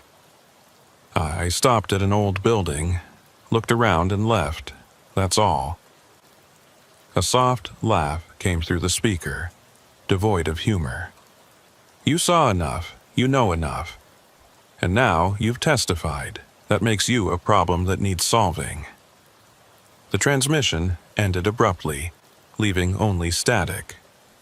Truman tried to respond, but no one answered. He switched channels, broadcast on 19, 17, even the emergency channel 9. Nothing. The voice was gone. Truman's mind raced. They knew he'd testified, or agreed to testify. That information should have been confidential, known only to Rusk and a handful of other law enforcement personnel, which meant either there was a leak in the department, or these people had access to information they shouldn't. Either possibility was terrifying. He pulled out his phone and called Rusk, but the call went straight to voicemail. Truman left a hurried message describing the CB transmission, then hung up and focused on driving. Phoenix was still 3 hours away. 3 hours of exposure, 3 hours of vulnerability. He considered pulling over, finding a police station or a busy truck stop and waiting for Rusk to call back. But stopping meant being stationary, predictable. At least while he was moving, he had options. So he kept driving, pushing the Peterbilt up to 70, his eyes constantly flicking between the road and his mirrors. The afternoon sun beat down through the windshield, turning the cab into an oven despite the air conditioning. Sweat beaded on Truman's forehead, and his shirt clung to his back. He tried to focus on the road, on the simple mechanics of driving, but his thoughts kept spiraling back to the voice on the CB. Choices have consequences. At 3:30, Truman passed a rest area and spotted a state police cruiser parked near the entrance. Relief flooded through him. He pulled in, maneuvering his rig into a spot where he had a clear view of the cruiser, and climbed down from the cab. The afternoon heat hit him like a wall, dry and oppressive. He walked toward the cruiser, raising one hand in a cautious greeting. The officer inside, a woman in her 30s with short dark hair, rolled down her window. "Something I can help you with?" Truman explained the situation as concisely as he could. The CB transmission, the ongoing investigation, Trooper Rusk's involvement. The officer listened, her expression shifting from mild curiosity to focused concern. She asked for his information, ran his license, and made a call on her radio. After a few minutes, she stepped out of the cruiser. "Trooper Rusk confirms your story. He's advised me to provide an escort to your destination. Where are you headed?" Truman told her Phoenix, and she nodded. "I can take you as far as the county line, then I'll coordinate a handoff to another unit. Stay close, don't stop unless I stop, and keep your CB on channel 19 in case I need to communicate." The escort helped, but it didn't eliminate Truman's anxiety. He followed the cruiser back onto the interstate, maintaining a steady distance behind her flashing lights. Other drivers moved aside, giving them space, and for a while Truman allowed himself to hope that this might actually work, that he'd make it to Phoenix, drop his load, and figure out his next move from there. But hope was a fragile thing, and the road had a way of shattering it. At 4:15, just as they crossed into Maricopa County, Truman's CB radio crackled again. This time the voice was different, younger, edged with impatience. "Peterbilt 447, you're making this harder than it needs to be. Police can't protect you forever." Truman's breath caught. He grabbed the mic. "I've got a state police escort. Whatever you're planning, it's not going to work." A pause, then the voice responded with something that chilled him more than any threat. "We know. We're counting on it." The words were still echoing in Truman's mind when he saw the vehicle ahead. A dark pickup, no plates, pulled onto the shoulder about a quarter-mile up the road. The state police cruiser was already passing it when Truman realized what was happening. The pickup accelerated hard, merging into traffic directly behind the cruiser, inserting itself between Truman and his escort. Truman hit his horn, a long blast to warn the officer, but the cruiser was already too far ahead to see the pickup in her mirrors. And then, with a precision that spoke of planning, the pickup slowed abruptly, forcing Truman to brake hard. His trailer swayed, cargo shifting in the back, and by the time he'd regained control, the cruiser was gone, disappeared around a bend, unaware that she'd lost her charge. Truman was alone on the highway with the dark pickup directly in front of him. He could see the driver now, a silhouette behind tinted glass, one hand resting casually on the window frame. The pickup slowed further, dropping to 45, then 40. Truman's options flashed through his mind. He could try to pass, but the pickup would just match his speed and block him. He could stop completely, but that would leave him vulnerable. Or he could call for help and hope someone arrived before things got worse. He chose the third option, fumbling for his phone while trying to keep one hand on the wheel. But before he could dial, the pickup's brake lights flared, and it came to a complete stop in the middle of the highway. Truman had no choice. He slammed on his brakes, feeling the Peterbilt shudder as the air brakes engaged, the trailer fishtailing slightly before the whole rig ground to a halt. They were stopped in the right lane of I-10, traffic whipping past on the left, horns blaring. The pickup's driver door opened, and a man stepped out, not Victor Salton, but someone else, younger, wearing dark jeans and a black jacket. He walked toward Truman's truck with the calm confidence of someone who knew he had control of the situation. Truman's hand went to the door lock, confirming it was engaged, and he reached for the CB mic. Officer needs assistance, I-10 eastbound near mile marker. He didn't get to finish. The man outside pulled something from his jacket. Not a weapon, but a small rectangular device. He held it up so Truman could see it through the windshield, then pressed a button. Truman's truck died, not gradually, but instantly.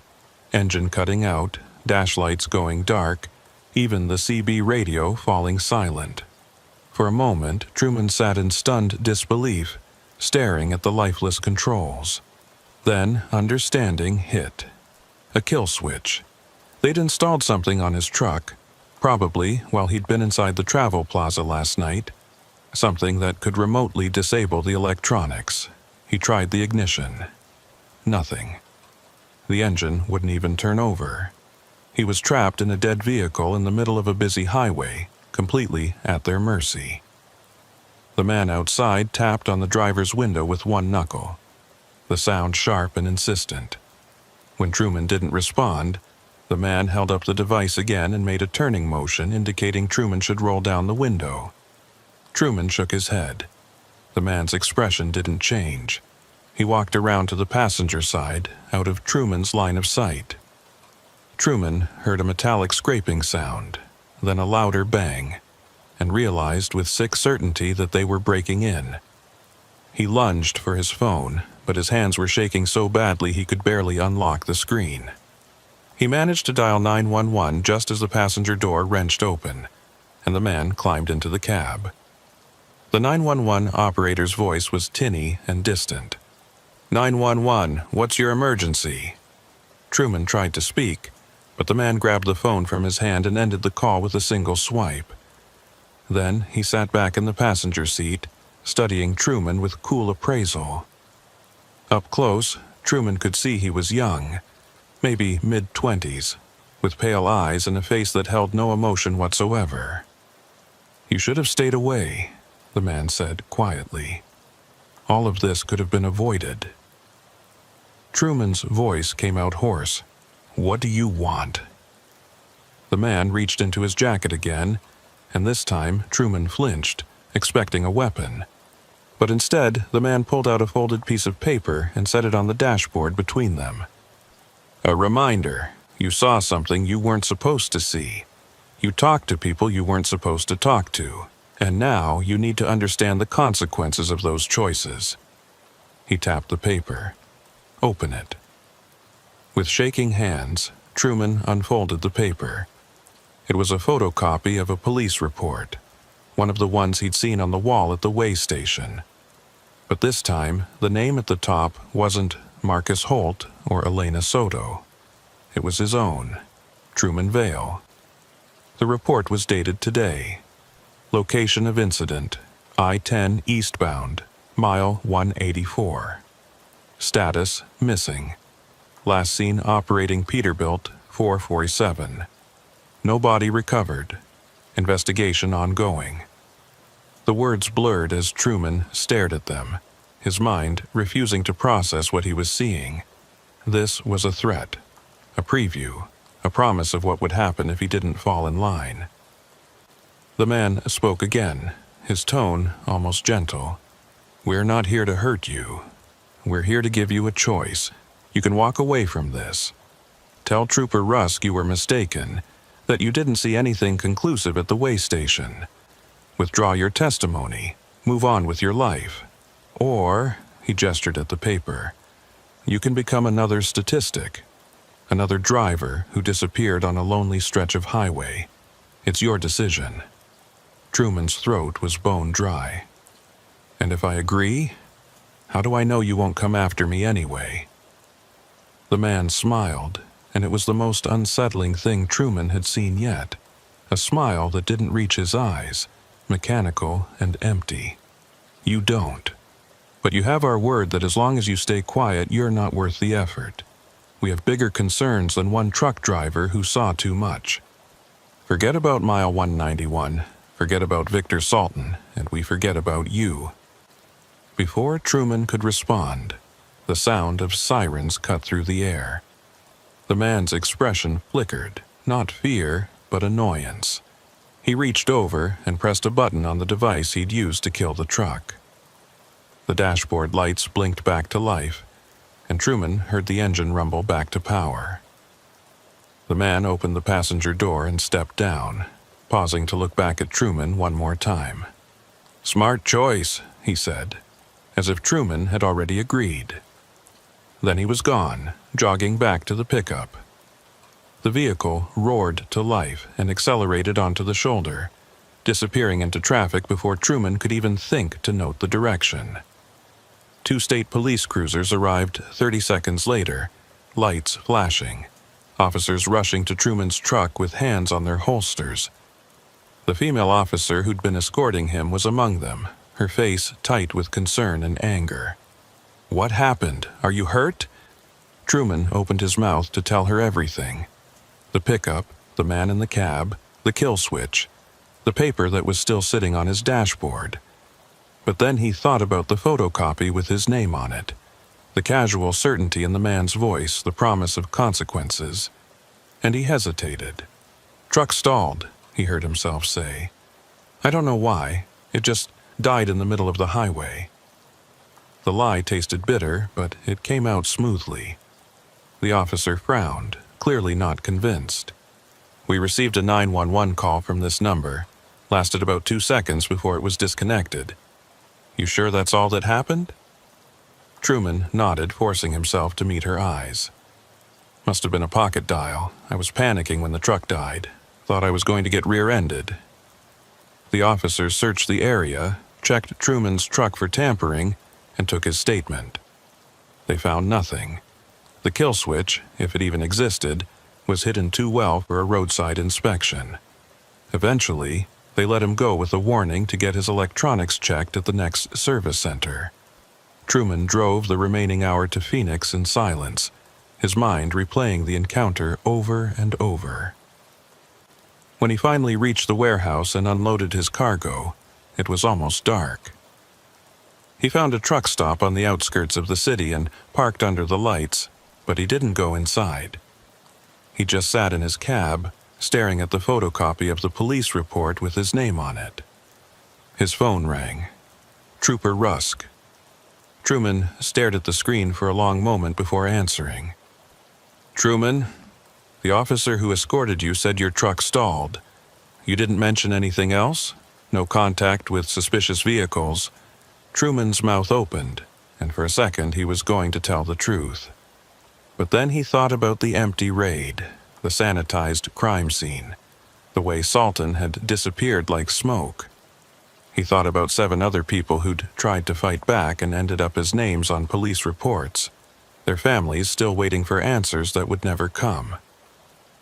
"No," Truman said finally. "Just a mechanical issue.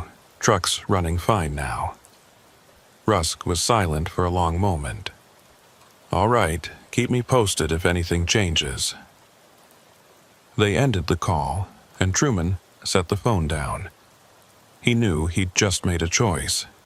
Not the choice he wanted to make, but the only one that felt like it might keep him alive.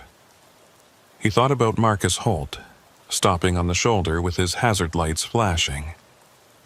He thought about Elena Soto, checking in at a fuel stop and never being heard from again. He thought about all the others whose names he'd seen on those reports. People who'd encountered something they couldn't understand and paid for it with their lives. And now he was one of them. Not dead, not yet, but marked, compromised. Caught between the law and something that operated outside it. Something with resources and reach and the patience to wait for the right moment. Truman folded the photocopy and tucked it into his logbook, a reminder of the promise that had been made. "As long as you stay quiet." The words echoed in his mind as he finally climbed into the sleeper, too exhausted to undress. Sleep came slowly, interrupted by the sound of engines and footsteps that might have been real or might have been his imagination. 3 weeks later, Truman was still driving. He'd filed his report with the trucking company about the mechanical issue, and they'd sent the Peterbilt to a shop for inspection. The mechanics found nothing wrong. No kill switch, no signs of tampering. Just a healthy truck that had mysteriously stalled and then restarted. Truman didn't push the issue. He took the truck back and returned to his routes, always choosing the interstate, always avoiding Route 9. He stopped checking the trucking forums, stopped searching for news about missing drivers. He didn't call Trooper Rusk, and Rusk didn't call him. But sometimes, late at night when he was alone on a dark stretch of highway, Truman would think about that way station at mile 191. He'd think about the logbook with his name already written in it, the timestamp matching almost exactly when he'd arrived. He'd think about the voice on the CB, calm and certain, and the young man with pale eyes who'd sat in his passenger seat and offered him a choice that wasn't really a choice at all. And he'd wonder if it had been real, the whole thing, every moment, or if it was something else. A warning system, maybe, designed to catch drivers carrying high-value cargo. Or a psychological operation meant to keep people away from something they shouldn't see. Or maybe just what it seemed. A criminal network efficient enough to vanish without a trace, and ruthless enough to make people disappear. Truman would never know for sure, and that uncertainty was its own kind of prison, more effective than any cell. Because every time he saw a mile marker ending in 191, every time a dark pickup appeared in his mirrors, every time his CB radio crackled with unexpected static, he'd wonder if this was the moment when his time ran out. When the clock that had stopped at mile 191 finally started counting down for him. He'd made his choice. He'd stayed quiet. But deep down, in the part of him that had driven trucks for 20 years and learned to trust his instincts, Truman knew the truth. They were still watching. They were always watching. And one day when he'd outlived his usefulness or made another mistake or simply became too much of a risk, they'd come back. Maybe it would be on a lonely highway at midnight. Maybe at a rest stop with broken lights. Maybe at a way station that didn't appear on any map. But they'd come. And when they did, there'd be no escape this time. No police escort, no witnesses, no second chances. Just another name added to the list of drivers who'd seen something they shouldn't have and disappeared without a trace. Until then, Truman drove. Through the day and into the night, across state lines and empty deserts, past mile markers that blurred into an endless succession of numbers. He drove because it was the only thing he knew how to do. And because as long as he kept moving, as long as he stayed on the interstates and away from the back roads, he could almost convince himself that he was still in control, that the choice had been his, that he was safe. But on quiet nights, when the road stretched empty ahead and the darkness pressed close, Truman would remember the photocopy tucked into his logbook. His name, his truck, today's date. A report filed before the crime had even been committed. A clock stopped at a time that hadn't yet arrived. And he'd know, with the cold certainty that comes from surviving something you were never meant to survive, that some roads, once traveled, can never be forgotten. Some detours lead to places you can never truly leave, and some warnings, no matter how clearly heard, come too late to matter. Mile 191 was out there, somewhere in the desert darkness. The way station was still standing, empty and waiting, and the people who used it were still operating, still diverting trucks, still making drivers disappear.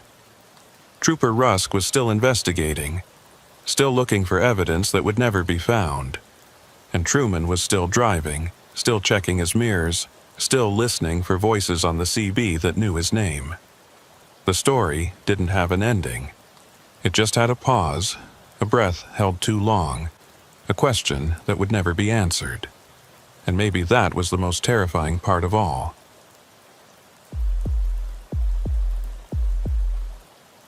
Merritt Quayle had been driving through rain for the last 90 miles, and it showed no signs of letting up. The storm had rolled in just past the Oklahoma border, turning the evening sky a bruised purple black and reducing visibility to whatever his headlights could cut through. Water sheeted across the windshield faster than the wipers could clear it, and every few minutes a gust of wind would hit the Kenworth broadside, making the trailer sway. This was the kind of weather that made even veteran drivers nervous. Not dangerous enough to pull over, but bad enough that you couldn't afford to let your attention drift for even a second. The highway stretched ahead through flat plains country, fields of corn and sorghum on either side disappearing into the darkness and rain. U.S. Route 183 wasn't a major trucking corridor. Most drivers preferred the Interstate 50 miles east, but Merritt had taken this route specifically because it was quieter. After 23 years behind the wheel, he'd learned to appreciate empty roads and solitude. The CB radio mounted above his head crackled with occasional static but remained mostly silent. In weather like this, most truckers were too busy concentrating to chat. Merritt kept his speed at a careful 55, watching for standing water and debris that might have washed onto the pavement. The digital clock on his dashboard read 9:47 p.m. He'd been on the road since 6 that morning, hauling agricultural equipment from Kansas City down to Amarillo. The load was heavy but well-balanced, and the Kenworth handled it without complaint despite the weather. Merritt's original plan had been to stop for the night at a truck plaza near Dodge City, but he'd made better time than expected and decided to push on. Now, with the storm intensifying and fatigue starting to creep into his shoulders, he was beginning to regret that decision. His GPS showed a small town called Harmony Grove about 15 miles ahead. He didn't remember much about it, probably just a gas station and maybe a diner, but it would have to do. The rain intensified, drumming on the roof of the cab like 1,000 fingers tapping impatiently. Lightning flickered in the distance, brief flashes that illuminated the flat landscape in stark white relief before plunging it back into darkness. Thunder followed seconds later, a low rumble that Merritt felt more than heard. He leaned forward slightly, peering through the windshield, and that's when he saw them. Lights. Red taillights, 2 sets, maybe a quarter mile ahead. They appeared suddenly through the rain, glowing like embers in the darkness, and Merritt felt a small surge of relief. Another vehicle meant he wasn't completely alone out here. He maintained his distance, not wanting to crowd whoever was ahead of him in these conditions. The lights stayed steady, moving at roughly the same speed he was. After a few minutes, Merritt realized there were actually 3 sets of lights, not 2. 3 vehicles traveling close together, which suggested a convoy. That wasn't uncommon among truckers, especially in bad weather. There was safety in numbers, and if one rig ran into trouble, the others could help or at least call for assistance. Merritt considered reaching for his CB to see if the convoy was on any of the standard channels, but before he could, the lights ahead began to fade. Not like they were pulling away, but like they were being slowly erased by the rain. Merritt blinked hard, rubbing his eyes with one hand while keeping the other on the wheel. When he looked again, the lights were gone completely. The road ahead was empty, just rain and darkness, and the hypnotic sweep of his own headlights. He frowned, confused. There hadn't been any turnoffs, no side roads visible through the storm. The highway here was straight as a ruler, and he'd been watching those lights for at least 3 or 4 minutes. Vehicles didn't just disappear, not unless they'd somehow pulled off the road without him noticing. But there was nowhere to pull off. Just ditches on either side and open farmland beyond. Merritt slowed slightly, scanning the shoulders for any sign of the vehicles. Nothing. No brake lights, no hazard flashers, no shapes pulled over in distress. Just empty pavement glistening with rain. He picked up his CB mic and keyed it, his voice cutting through the static. "This is Kenworth southbound on 183, mile marker 94. Anyone else out here tonight?" He released the button and waited. Static hissed back at him. punctuated by occasional pops and crackles. No response. He tried again on channel 19, then channel 17. Still nothing. Either there was no one else on this stretch of road, or the storm was interfering with transmissions. A particularly violent gust of wind slammed into the truck, and Merritt had to correct the wheel to keep from drifting into the other lane.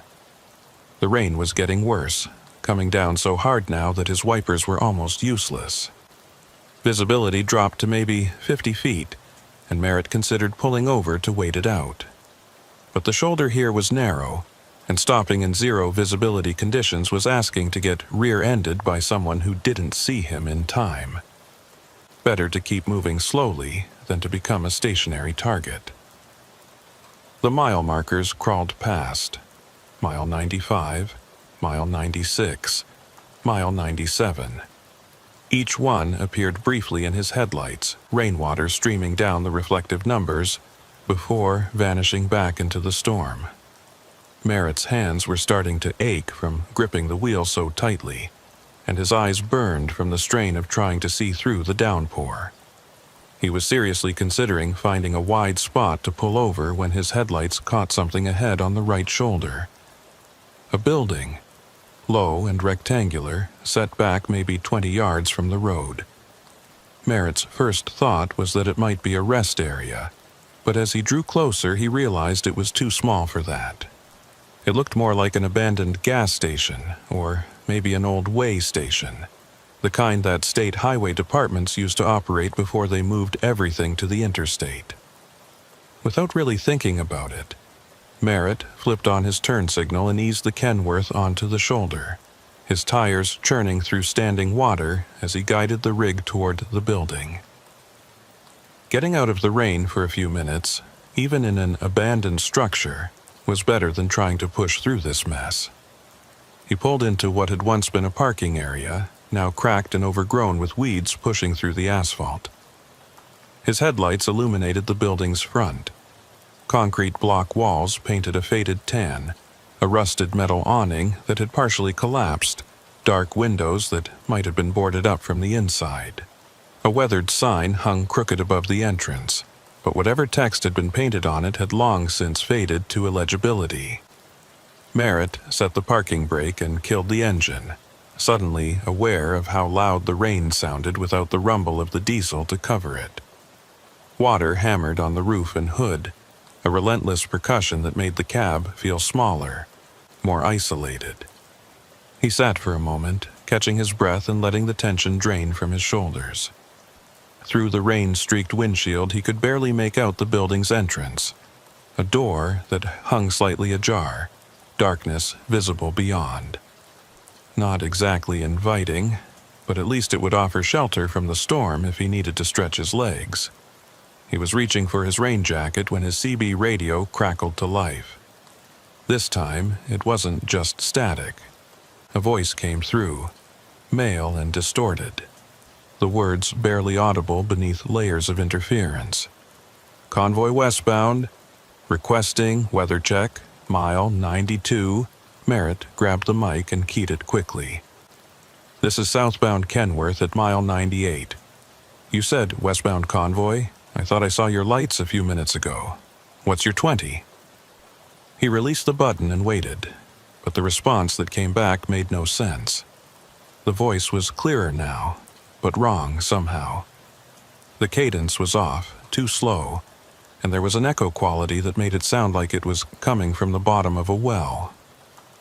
Westbound convoy, mile 92. Heavy fog. Can't see the road, need guidance. Merritt frowned. Fog? There was no fog. Just rain, torrential rain.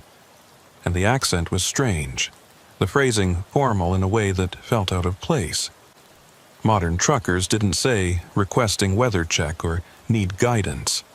They said things like, how's it looking ahead? Or, can anyone see through this crap? Merritt tried again. Convoy, you said mile 92? I'm at 98, about 6 miles south of you. Conditions here are heavy rain, no fog. Are you sure about your location? This time, the response came faster, and it sent a cold prickle down Merritt's spine. Mile 92. 3 trucks. Can't see the markers. Think we're lost. Radio's not working right. If anyone can hear this, we need... The transmission cut off abruptly, replaced by static so loud Merritt flinched and turned down the volume. He sat staring at the radio, trying to process what he'd just heard. 3 trucks. That matched what he'd seen. 3 sets of taillights before they vanished. But something was deeply wrong about that transmission. The voice, the phrasing, the mention of fog when there clearly wasn't any, and the way it had cut off mid-sentence, like someone had pulled the plug. Merritt keyed the mic again. "Convoy at mile 92, do you copy? This is Kenworth at mile 98, I'm hearing you, but your transmission is breaking up. What's your call sign?" Nothing. Just static, and beneath it, a faint sound that might have been music, or might have been his imagination, something distant and tinny, like an old AM radio playing in another room. Merritt released the mic and rubbed his face with both hands. He was tired, that was all. Tired and stressed from driving through a storm for the last 2 hours. The lights he'd seen had probably just been local traffic that turned off onto some farm road he hadn't noticed. The CB transmission was likely bouncing off the atmosphere, picking up some old recording or a conversation from miles away. There were explanations for everything if you looked for them. But even as he told himself this, Merritt couldn't shake the feeling that something was off. He looked at the building again, at the dark windows and the sagging awning and the door hanging open like a mouth. This place had been closed for years, maybe decades. No one maintained it, no one visited it. So why did it feel like someone was inside, watching him? He shook his head, dismissing the thought as paranoia. The storm was making him jumpy, that was all. He decided to do a quick walk around before settling in for a break. Storms like this could last for hours, and if he was going to wait it out here, he wanted to make sure his cargo was secure and his trailer hadn't taken any damage from the wind. Merritt grabbed his rain jacket and a heavy-duty flashlight from the door pocket, then pushed open the cab door. The wind immediately tried to tear it from his grasp, and rain lashed his face the moment he stepped down onto the running board. He pulled up his hood and jumped down to the pavement, his boots splashing in a puddle that was deeper than he'd expected. The temperature had dropped significantly. What had been a warm evening before the storm now felt cold and damp, the kind of chill that seeped through clothing and settled in your bones. Merritt clicked on the flashlight and swept it across the parking area. His truck sat hulking and dark except for the running lights, rain streaming off every surface. Beyond it, barely visible through the downpour, was the building. And now that he was outside, Merritt could see something he'd missed from the cab. There was light coming from inside. Not bright, but a faint, flickering glow visible through cracks in the boarded-up windows. Probably just lightning reflecting off something, or maybe an electrical short in old wiring, but it was enough to make him hesitate. Merritt completed his walk around quickly, checking straps and tire pressure by feel as much as sight. Everything looked good. The load was secure, no obvious damage, no leaks or flats. He should have climbed back into the cab, locked the doors, and waited out the storm in relative comfort. That would have been the smart thing to do. But something about that flickering light bothered him. If there was an electrical problem in the building, it could start a fire. And if there were people inside, squatters or homeless folks taking shelter from the storm, they'd be in danger. Against his better judgment, Merritt walked toward the building, his flashlight beam cutting through the rain. The door was wooden, swollen from moisture, and it scraped against the concrete floor when he pushed it open wider. The smell hit him immediately, mildew and old paper and something else underneath, something chemical and unpleasant. He stepped inside, out of the rain, and swept his flashlight across the interior. It was a single large room, maybe 30 feet square, with a concrete floor and cinder block walls.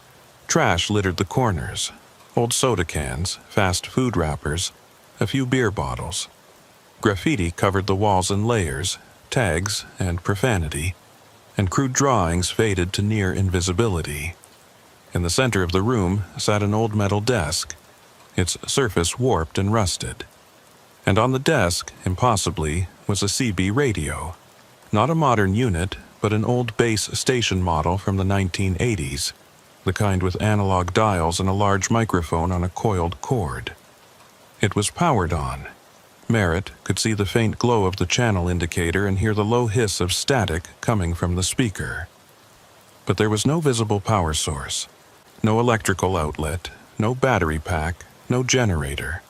The radio simply sat there, glowing softly in the darkness, as if it had been waiting for him. Merritt's rational mind told him to leave, to turn around and walk back to his truck and forget about this place, but his curiosity was stronger. He approached the desk slowly, his footsteps echoing off the bare walls. The radio's static grew louder as he got closer, and he could hear that faint music again, something that sounded like a country song from decades ago, so distorted he couldn't make out the words.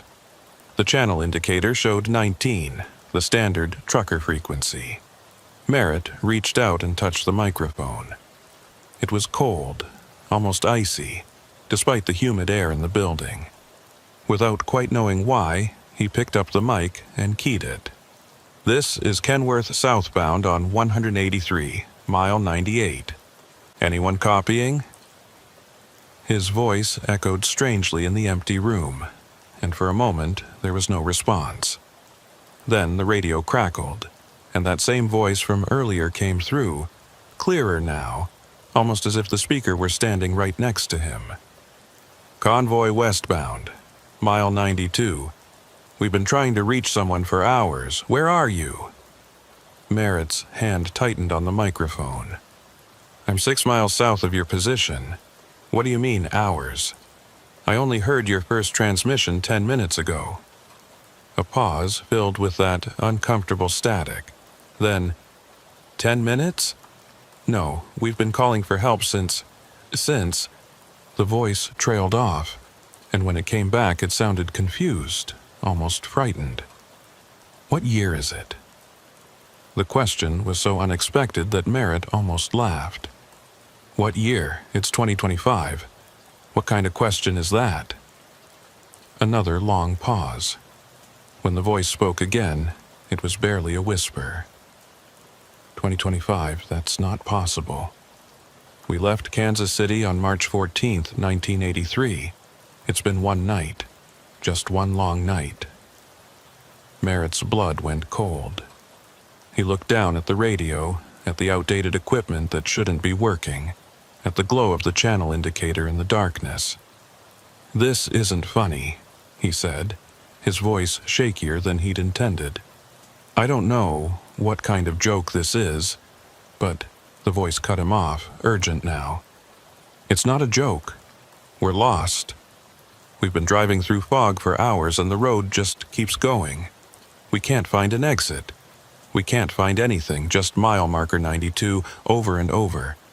Please, if you can hear us, we need help. We need someone to guide us out." Merritt released the microphone and took a step back from the desk. His flashlight beam wavered as his hand started to shake. This couldn't be real. It had to be a prank, or a recording, or some kind of atmospheric phenomenon that made old radio transmissions come through decades later. But the voice sounded so genuine, so desperate. And the mention of 1983, that was more than 40 years ago, long before Merritt had even started trucking.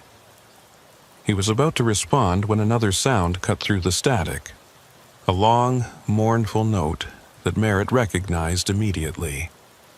An air horn. Not from his truck, but from somewhere outside, somewhere close.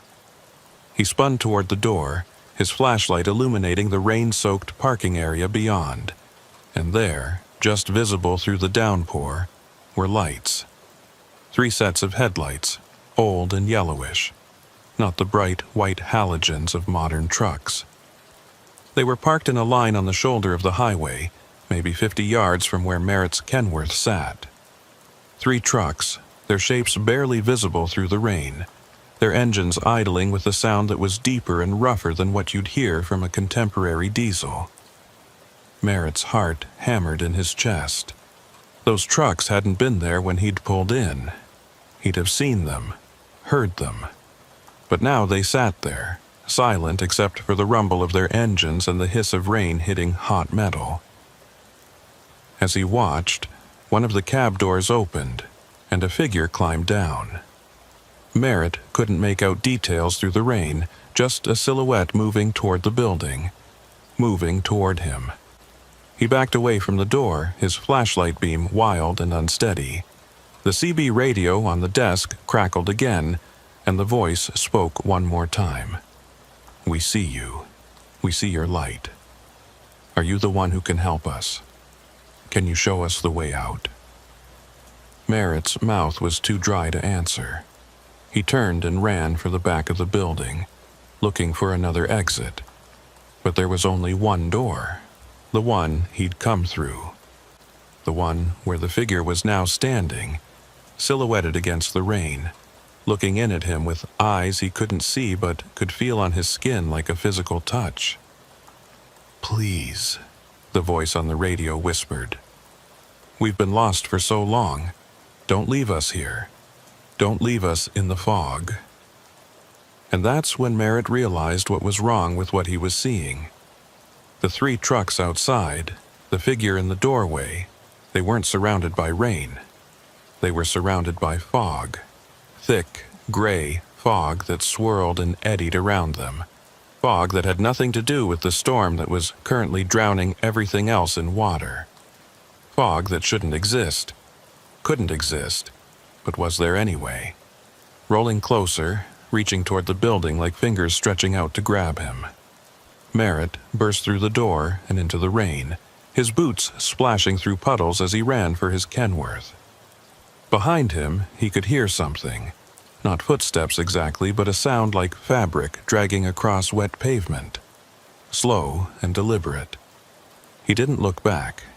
His hands were shaking so badly it took him 3 tries to get the door open, and when he finally hauled himself into the cab, he immediately hit the lock button and started the engine. The diesel roared to life, and Merritt threw the transmission into gear without bothering to check his mirrors. He just wanted distance between himself and that building, between himself and whatever was standing in that doorway. The Kenworth lurched forward, tires spinning briefly on the wet asphalt before finding purchase. Merritt guided the rig back onto the highway, his headlights cutting through the rain. He risked one glance in his side mirror and saw the building receding into the darkness. The 3 trucks were still there, barely visible through the storm, their lights dim and yellowish. And the fog, that impossible thick fog, still coiled around them like something alive. Then the rain intensified, a wall of water that obscured everything, and when Merritt looked again, the scene was gone. Just empty highway behind him, as if the building and the trucks had never existed at all. He drove for 5 miles without slowing, his heart hammering against his ribs, his hands locked on the steering wheel. The CB radio in his cab was silent now, just the normal hiss of static on Channel 19. No distorted voices, no pleas for help, no mention of convoys lost in 1983. Merritt's rational mind was trying to reassert itself, offering explanations. He'd been driving for 15 hours. Fatigue could cause hallucinations. The storm, the isolation, the stress of poor visibility, all of it could have contributed to seeing things that weren't there. The CB transmission could have been a prank. Someone playing a recording through a pirate station. The building could have been exactly what it looked like. An abandoned structure where his imagination, fueled by exhaustion, had run wild. But the fog, he couldn't explain the fog. Not in the middle of a rainstorm, not when the temperature was still in the 60s. Fog required specific conditions. Cool air over warm ground, humidity, stillness. You didn't get fog during a thunderstorm. It was meteorologically impossible. And yet, he'd seen it. Thick and gray, and moving with purpose, surrounding those old trucks like a barrier between them and the rest of the world. Merritt's hands were still trembling when he spotted lights ahead. Real lights this time. The fluorescent glow of a gas station, bright and modern and blessedly ordinary. A green and white sign identified it as a travel stop, and beneath that a smaller sign read, Harmony Grove, Pop, 847. Merritt pulled into the parking lot and found a spot away from the pumps, near the edge of the lot where he could see both the highway and the store entrance. He killed the engine and sat for a moment, trying to calm his breathing. The rain was still coming down hard, drumming on the roof, but here under the station's lights, it felt manageable, normal. Through the store windows he could see a clerk behind the counter and a couple of customers browsing the aisles. Normal people doing normal things. The sight was so comforting that Merritt almost laughed. He grabbed his rain jacket and made a run for the entrance, pushing through the door into air-conditioned warmth. The clerk looked up, a woman in her 50s with gray hair pulled back in a ponytail and tired eyes that suggested she'd been working the night shift for too many years. "Rough night out there," she said, more statement than question. Merritt nodded, peeling off his wet jacket. "You could say that. How far back does this storm system extend?" The woman glanced at a small television mounted behind the counter, where a weather map showed a massive green and red blob covering half of Oklahoma. "They're saying it'll pass through by midnight, but I've seen worse stick around for days. You look like you could use some coffee." It wasn't a question. She poured him a cup from a pot that looked like it had been sitting for hours, and Merritt accepted it gratefully. The coffee was terrible, burnt and bitter, but it was hot, and that was enough. He took a long sip, feeling the warmth spread through his chest, grounding him back in reality. "You see much traffic tonight?" Merritt asked, trying to sound casual. The clerk shook her head. "You're the first truck in over an hour. Most drivers have the sense to pull over when it gets this bad." She studied him more closely. "You look like you've had a scare. Everything all right?" Merritt hesitated, unsure how to answer. He settled for a partial truth. "Stopped at an old building about 10 miles back. Abandoned place, looked like maybe an old rest stop. Gave me the creeps." The woman's expression changed, something flickering across her face, recognition maybe, or concern. 10 miles north? Concrete block building with a rusted awning?" Merritt nodded, and the clerk set down the coffee pot with a little more force than necessary. "That'd be the old Harper station. It's been closed since before I moved here, and that was 23 years ago. Most people don't even know it's there." She paused, choosing her words carefully. "There are stories about that place. Old stories." Merritt felt a chill that had nothing to do with his wet clothes. "What kind of stories?" The clerk glanced toward the other customers, a young couple looking at snacks, then lowered her voice. "Back in the 80s, there was a bad accident on that stretch of highway. March of '83, during a freak fog storm. 3 trucks went off the road, one right after the other, like they were following each other blind. All 3 drivers died. They say the fog came out of nowhere so thick you couldn't see your hand in front of your face. By the time it cleared, those trucks were in the ditch and the drivers, well, they didn't suffer, at least." Merritt's coffee cup froze halfway to his lips. 3 trucks, March 1983. The clerk nodded. It was a big deal at the time. Made the news, shut down the highway for days while they investigated. They never figured out what caused the fog. Weather Service said conditions weren't right for it.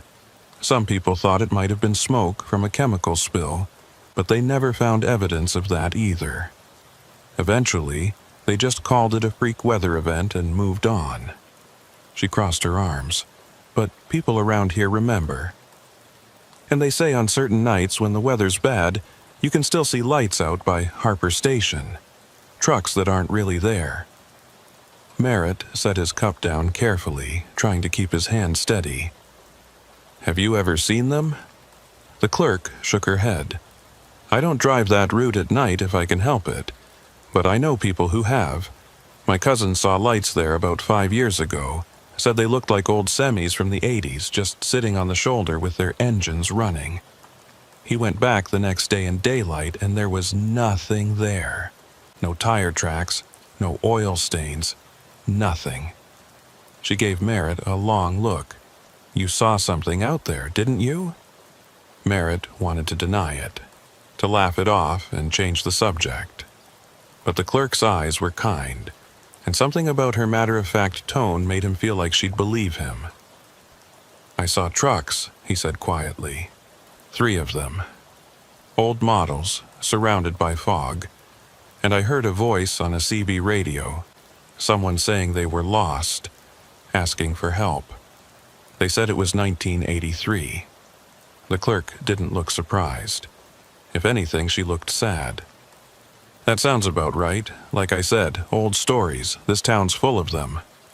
Before Merritt could respond, the door opened and another man entered, shaking rain from his jacket. He was in his early 60s, barrel-chested, with a weathered face and the kind of bearing that suggested either military or law enforcement. He nodded to the clerk. "Evening, Rita." His eyes moved to Merritt, taking in the truck driver's gear and wet clothes. "You the Kenworth out in the lot?" Merritt nodded. The man extended a hand. "Sheriff Calder Knox. Saw your rig and figured I'd check in, make sure you're not having any trouble. This storm's brought down a few trees and power lines north of here." Merritt shook the sheriff's hand, noting the firm grip and the calluses of someone who worked with his hands. "Merritt Quayle. I'm fine, just waiting out the weather." Knox studied him for a moment, the kind of assessing look that cops develop after years on the job.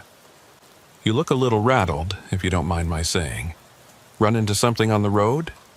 Rita, the clerk, spoke up before Merritt could answer. "He stopped at Harper Station." Knox's expression shifted, hardening slightly. "Did he now?" It wasn't a question. The sheriff pulled out a stool and sat down heavily. "What did you see out there?" Merritt glanced at Rita, who gave him an encouraging nod, then back to Knox. Something about the sheriff's tone suggested this wasn't idle curiosity. "I saw 3 trucks. Old ones, maybe from the 80s. They were surrounded by fog, which didn't make sense given the rain. And I heard a CB transmission from someone claiming to be part of a convoy that got lost in 1983. He waited for Knox to laugh or tell him he was crazy, but the sheriff just nodded slowly. "March 14th, 1983. I was a deputy back then, first on the scene. Found those 3 trucks in the ditch, drivers already gone. It was the strangest thing I've ever responded to, and I've been in law enforcement for 40 years. Knox pulled off his cap and ran a hand through his thinning gray hair. "The fog that night was unnatural. I don't mean that in a spooky way. I mean it literally didn't make sense. It was warm, no wind, and suddenly this fog bank rolled in like a wall, thick as cotton, cold as ice. It sat over that stretch of highway for maybe an hour, then lifted just as fast as it came. When it cleared, we found the trucks." He looked at Merritt directly. "You're not the first person to report seeing lights out there, or hearing voices on the CB. It happens every few years, usually during storms." Merritt felt his skepticism warring with what he'd experienced. "You're saying it's... what, ghosts?" Knox shrugged. "I'm saying I don't know what it is. I'm a practical man, Mr. Quayle. I deal in facts and evidence. But I can't explain what happened that night in '83, and I can't explain why people keep reporting the same things at Harper Station. The trucks, The fog, the CB transmissions. It's always the same details, like everyone's seeing the same thing. He leaned forward. What I can tell you is that you're not crazy, and you're not the only one. Whatever's out there, it's real enough that it keeps happening. Rita refilled Merritt's coffee without being asked. Old Alma Drury might be able to tell you more. She worked at Harper Station back when it was still open, before the accident.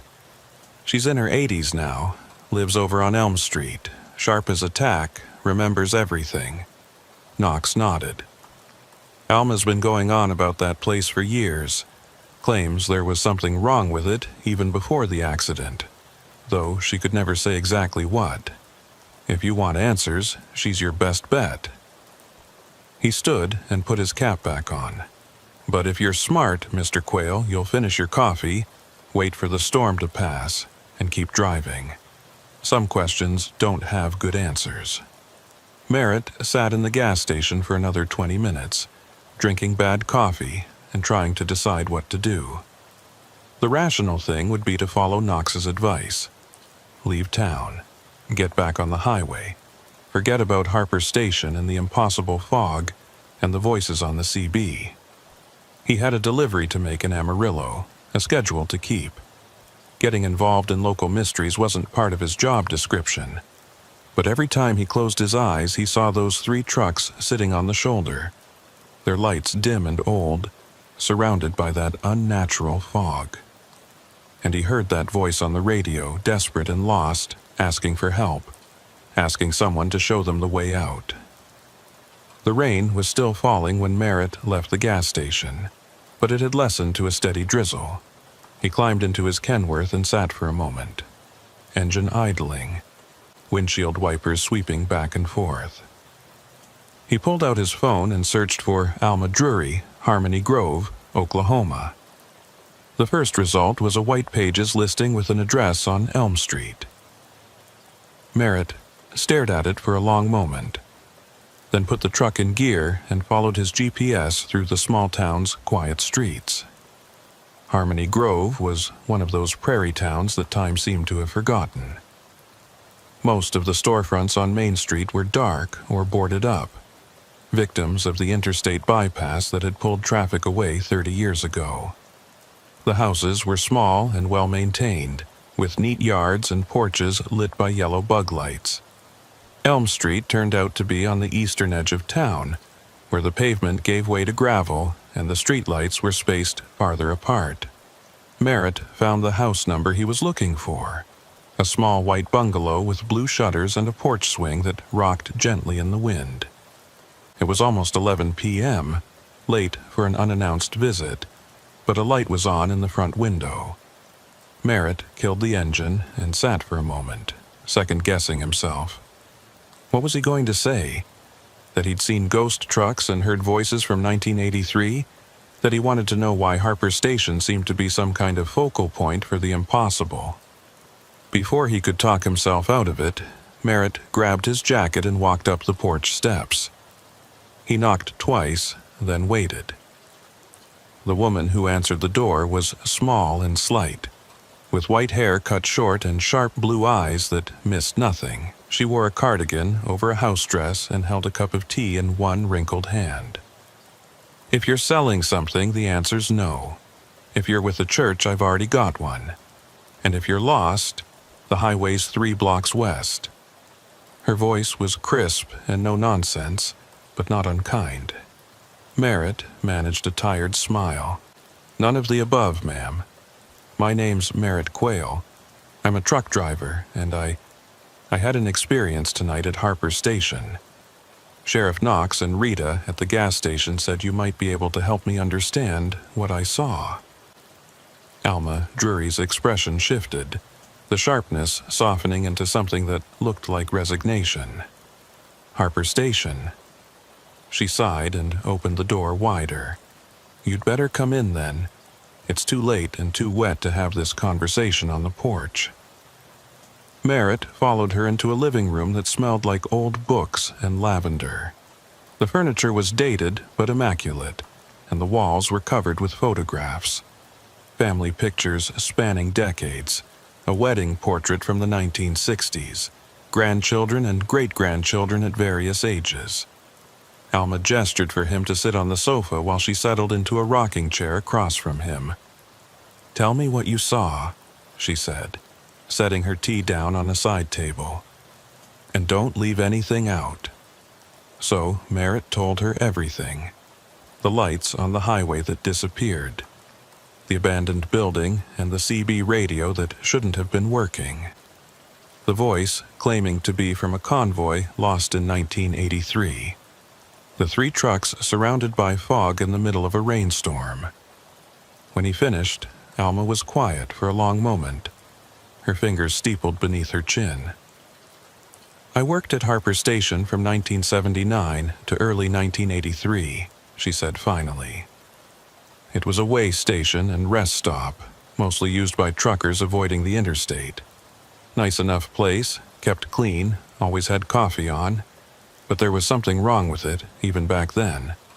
I couldn't put my finger on it, but the feeling was there, like the building was waiting for something." She paused, her eyes distant. "We'd get strange CB transmissions sometimes, voices that didn't sound quite right, asking for directions or help. At first we thought it was just atmospheric interference. Happens all the time with radio, but the voices were always the same. Always asking how to get out, how to find the highway, saying they were lost in fog." Merritt leaned forward. "But the accident didn't happen until March of '83. Were there transmissions before that?" Alma nodded. "For months before. Maybe even a year. We'd hear them late at night, mostly. Garbled voices on the CB saying they couldn't see the road, couldn't find mile markers. My supervisor reported it to the State Highway Department, but they didn't find anything wrong with the equipment. They said it was probably truckers pranking each other." She picked up her tea again, her hands steady despite her age. "Then came March 14th. I wasn't working that night. I'd gone home around 6 and the weather was fine. But around 9 p.m., I got a call from my supervisor saying there'd been a massive fog bank and a terrible accident. 3 trucks had gone into the ditch almost simultaneously. All 3 drivers dead. Rita at the gas station mentioned it was a freak weather event," Merritt said. Alma's expression darkened. "That's what they called it officially. But I talked to the first responders, and they all said the same thing.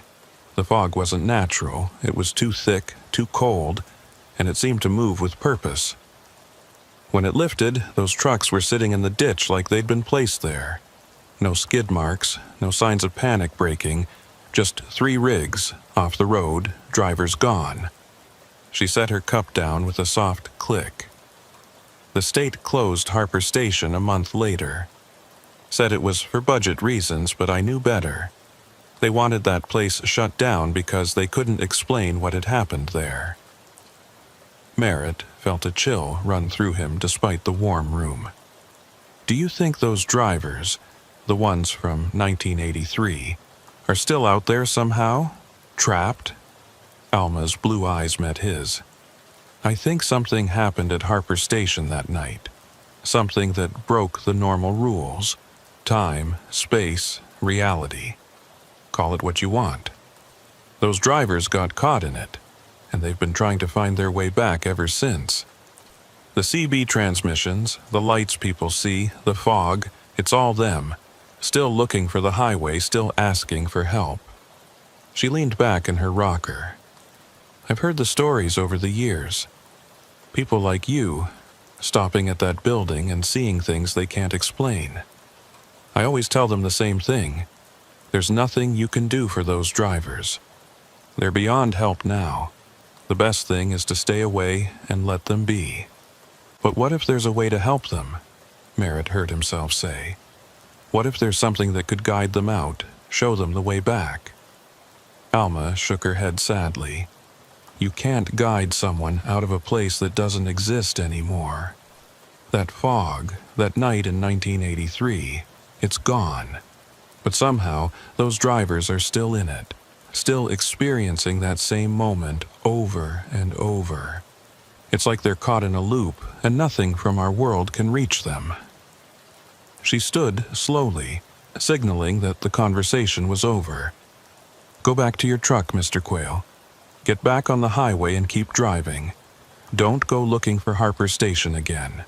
Some roads, once you leave them, you should never return to. Merritt left Alma Drury's house with more questions than answers. He sat in his Kenworth for a long time, the engine running, the wipers pushing away the light drizzle. Everything Alma had said made a kind of terrible sense. The transmissions he'd heard, the desperation in that voice, it wasn't happening in real time. It was an echo, a recording of something that had already occurred 42 years ago, playing on an endless loop. Those drivers weren't calling for help now. They were still calling for help from March 14th, 1983, unaware that decades had passed and they were long dead. But that didn't explain the fog, or the figures he'd seen, or the feeling that something in that building had been aware of him, reaching out across time to pull him in. Merritt pulled out his phone and searched for the accident report from 1983. It took some digging, but he finally found a scanned newspaper article from the Harmony Grove Gazette. The headline read, "3 truckers die in mysterious fog accident." Below it were grainy photos of the crash site and headshots of the victims. Merritt's chest tightened as he read their names. Daniel Pritchett, 41. Raymond Kolb, 38. Marcus Voss, 52. 3 men with families, with lives, with futures that ended in a ditch on a foggy night in 1983. The article included quotes from witnesses, other drivers who'd been on the highway that night but had somehow avoided the fog bank. One described it as a wall of gray that appeared out of nowhere. Another said, "I saw their taillights disappear into it, and then nothing. Just silence." The investigation had concluded it was a weather anomaly, possibly caused by temperature inversion or ground-level moisture. But the Weather Service had noted that conditions that night weren't conducive to fog formation. The case was closed, the families compensated, and Harper Station eventually shut down. Just another tragic accident on a dangerous stretch of highway. Except it wasn't just an accident. Merritt could feel that truth settling in his bones. Something had happened at Harper Station that night. Something that trapped those drivers in a moment they could never escape. And now, 42 years later, they were still out there, still lost, still calling for help on a CB radio that shouldn't exist. Merritt started the Kenworth and pulled away from Alma's house, heading back toward the highway. The rain had stopped completely now, leaving the streets wet and shining under the streetlights. Above, the clouds were beginning to break apart, revealing patches of dark sky and a few stars. By the time Merritt reached the highway, the storm had passed. The road ahead was clear and empty, stretching south toward Amarillo. But as he accelerated and the miles began to roll past, Merritt couldn't stop thinking about those 3 drivers. Pritchett, Kolb, Voss, men who'd been doing their jobs, hauling freight across the heartland, when something impossible reached out and pulled them from the world. He thought about their voices on the CB, asking for guidance, begging someone to show them the way out. And he thought about the fog, that unnatural, impossible fog that surrounded their trucks like a prison made of gray air. Merritt drove through the night, his cargo secure, his schedule back on track. But a part of him was still back at Harper Station, standing in that abandoned building, listening to the desperate plea of men who'd been lost for over 4 decades. And he knew, with a certainty that frightened him, that this wasn't over. That sooner or later, he'd have to go back to that place and figure out what really happened there. Not because he wanted to, but because those drivers deserved better than to spend eternity calling for help that would never come. The highway stretched ahead, dark and endless. and somewhere behind him, in the darkness and the rain, Harper Station waited. The CB radio still glowing, the fog still swirling, and 3 trucks still sitting on the shoulder, their drivers trapped in a moment that refused to end. Merritt made his delivery to Amarillo on schedule, unloaded the agricultural equipment without incident, and picked up his next load, a shipment of computer parts heading north to Wichita. It should have been routine, just another job in an endless string of jobs that defined his life on the road. But he couldn't focus. Every time he stopped for fuel or food, he found himself searching for more information about the 1983 accident. He downloaded old newspaper archives to his phone, read accident reports filed with the National Transportation Safety Board, even found a forum thread from 2003 where someone had posted about seeing phantom trucks near Harmony Grove. The details were always consistent. 3 trucks. Dense fog. Voices on CB radios asking for help, claiming to be lost, and always the same location, Harper Station, mile marker 98 on US Route 183. Merritt couldn't let it go. Those 3 drivers, Pritchett, Kolb, Voss, had been doing exactly what he did every day. They'd been hauling freight, following their routes, probably thinking about getting home to their families. And then something had reached out and trapped them in a loop they couldn't escape. It wasn't fair. It wasn't right. And the more Merritt thought about it, the more convinced he became that someone needed to try to help them. Sheriff Knox had said the transmissions happened during storms. Alma Drury had mentioned the voices appeared late at night. If there was a pattern, maybe there was a window, a time when the boundary between their trapped moment and the present was thin enough for real communication. Not just hearing their calls for help, but actually responding in a way they could understand, guiding them out of the fog if such a thing was even possible. Merritt knew it was a long shot. He knew it might be dangerous, but he also knew he wouldn't be able to live with himself if he didn't at least try. 3 days after his encounter at Harper Station, Merritt found himself driving south on Route 183 again. He'd specifically requested a load that would take him back through Oklahoma, and his dispatcher hadn't questioned it. Weather forecasts showed another storm system moving through the area that evening, not as severe as the last one, but enough to bring rain and wind.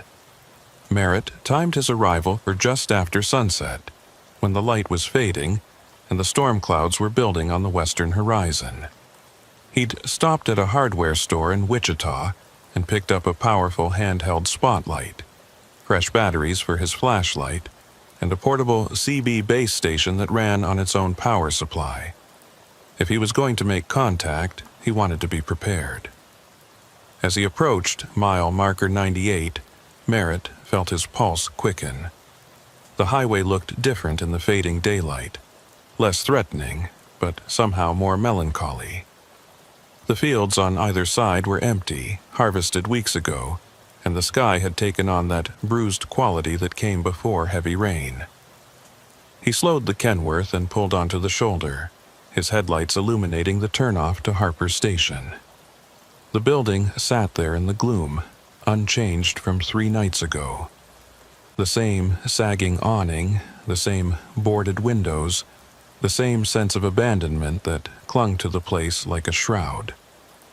Merritt parked his truck on the highway shoulder this time, leaving the engine running and the lights on.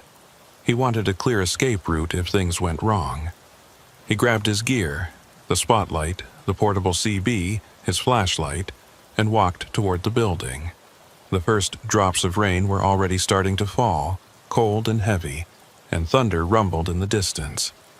By the time Merritt reached the entrance, the rain was coming down steadily, soaking through his jacket and plastering his hair to his forehead. He pushed open the door and stepped inside. The building looked exactly as he remembered it. Trash in the corners, graffiti on the walls, the old metal desk in the center of the room. But the CB radio that had been there before was gone. The desk was empty, except for a layer of dust and a few dead insects. Merritt set down his portable CB unit and clicked it on, watching the channel indicator glow to life. He set it to channel 19 and adjusted the squelch, listening to the hiss of static. Outside, the rain intensified, and lightning flickered through the gaps in the boarded windows. Merritt sat on the edge of the desk and waited. He wasn't sure what he was waiting for. A sign, a transmission, the appearance of those phantom trucks. But he felt certain that something would happen. The conditions were right. Storm, darkness, the approaching anniversary of the accident. March 14th was still months away, but Alma had said the transmissions happened throughout the year. Maybe the date didn't matter as much as the place and the weather. Minutes crawled by. The static on the CB remained constant, occasionally broken by distant chatter from truckers on other parts of the highway. Merritt listened to their conversations, weather reports, traffic updates, complaints about load weights, and felt a strange disconnect from their normal world.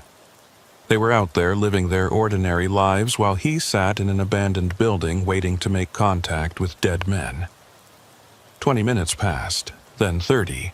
The storm outside grew more intense, rain hammering on the roof with a sound like gravel being poured. Merritt's clothes were still damp, and the cold was starting to seep into his bones. He was beginning to think this had been a mistake, that maybe Alma was right and there was nothing he could do, when the CB crackled. Not with static this time, but with a voice. Faint at first, barely audible beneath the interference, but growing stronger. Mile marker 92, can't find the road. Fog's too thick. Merritt's hand shot to the microphone. This is Merritt Quayle at Harper Station. Mile 98. I can hear you. What's your location? The response came back distorted, like it was being filtered through water. Mile 92. We've been circling for hours. Can't see anything but gray. 3 trucks, westbound convoy. Need guidance. Merritt's heart pounded. This was it. The same transmission from 3 nights ago, but this time he was ready. Convoy, I'm going to try to guide you to my location. You need to head south. Follow mile markers south from 92 to 98. Can you see the markers? A long pause filled with static. Then, markers are there and gone. Everything's shifting. Can't trust what we see. The voice sounded different now. Younger? More frightened. Merritt realized he might be talking to one of the other drivers, not the same one from before. Listen to me carefully, Merritt said, keeping his voice calm and steady. You're caught in something that happened in 1983, a fog storm on March 14th. You and 2 other drivers had an accident. What you're experiencing isn't real anymore. It's a memory, a loop. You need to break out of it. The static surged, and for a moment Merritt thought he'd lost the signal. Then the voice came back, panicked now. What are you talking about? It's March 14th right now. We left Kansas City this morning. We're not in a loop, we're just lost in the damn fog. Another voice cut in, older, gruff. Who is this? If you're trying to help, just tell us which way to go. We don't need a philosophy lesson. Merritt closed his eyes, trying to think. They didn't know they were dead. They didn't know decades had passed.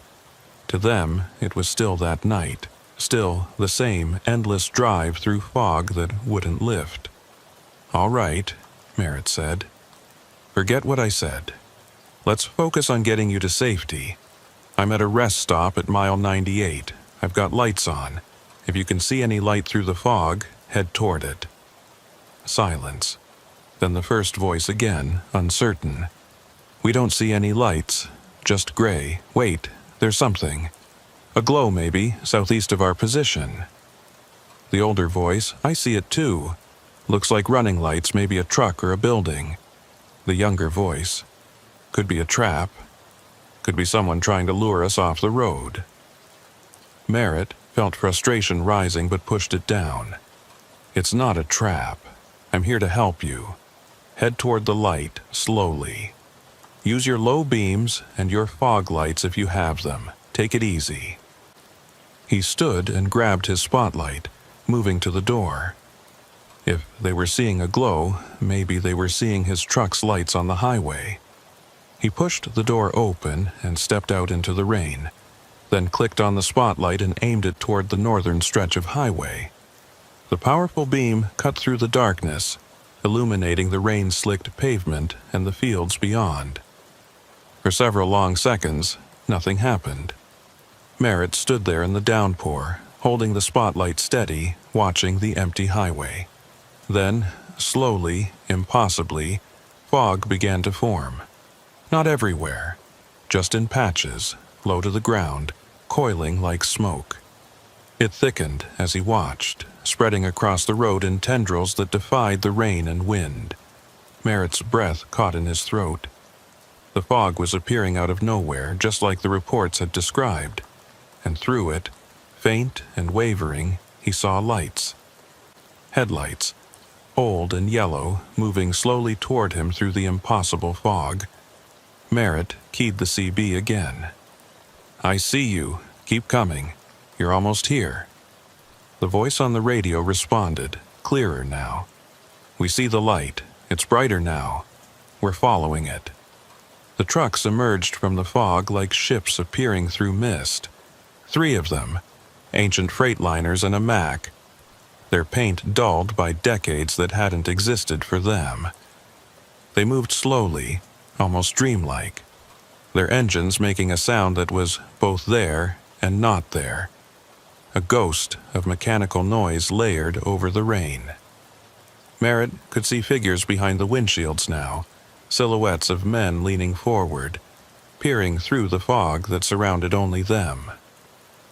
The lead truck pulled onto the shoulder near Harper Station, its air brakes hissing in a way that sounded like a sigh.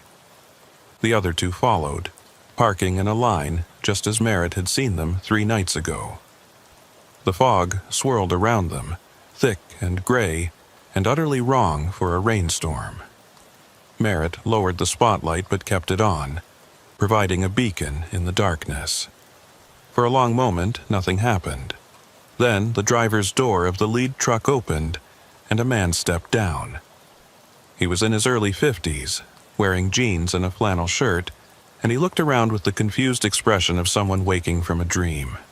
"Where are we?" the man asked, his voice carrying across the parking lot despite the rain. Merritt recognized it as the older voice from the CB. "Harper Station, mile 98, you made it." The man walked toward Merritt slowly, and the other 2 drivers emerged from their trucks as well. One was in his 40s, stocky with a beard. The other was younger, maybe late 30s, with nervous eyes. They all looked solid, real, not like ghosts or apparitions. But the fog clung to them, moving when they moved like it was part of them. The older driver, Pritchett, Merritt realized, Daniel Pritchett, stopped a few feet away and studied Merritt with a frown. "You the one who guided us in?" Merritt nodded. "Yeah, Merritt Quayle." Pritchett looked around at the building, at Merritt's Kenworth parked on the highway with its lights blazing, at the rain that should have been washing away the fog but wasn't. "This doesn't look right. Where's the staff? Where are the other trucks?" The younger driver spoke up, his voice shaking. "Something's wrong. This place feels wrong." Merritt took a breath, choosing his words carefully. "You're at Harper Station, but not the way you remember it. The station closed down a long time ago. What you're experiencing, the fog, being lost, it's not real. Not anymore." The bearded driver, Kolb, Raymond Kolb, shook his head. "What are you talking about? We've been driving through this fog for hours. It's real. We're real." He held up his hands, as if to prove his solidity. "I can feel the rain. I can feel the cold. How is this not real?" "Because it's March 14th, 1983 for you," Merritt said gently. "But it's October 2025 for me. You had an accident that night. All 3 of you. The fog caused you to go off the road. You didn't survive." The words hung in the air, and Merritt watched their faces change. Confusion giving way to denial, then to something that looked like dawning horror. Pritchett shook his head. "No, that's not. We just left Kansas City this morning. My wife's expecting me home in 3 days.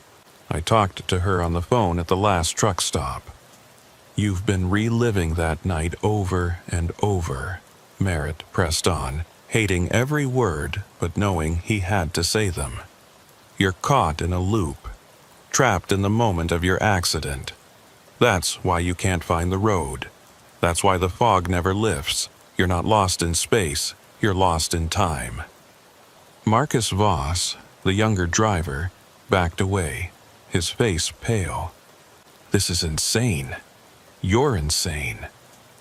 But his eyes were fixed on Merritt's truck, on the modern design, the LED lights, the digital displays visible through the windows, things that wouldn't have existed in 1983. Pritchett's denial was wavering. Merritt could see it. "If what you're saying is true, then why are we here now? Why can you see us?"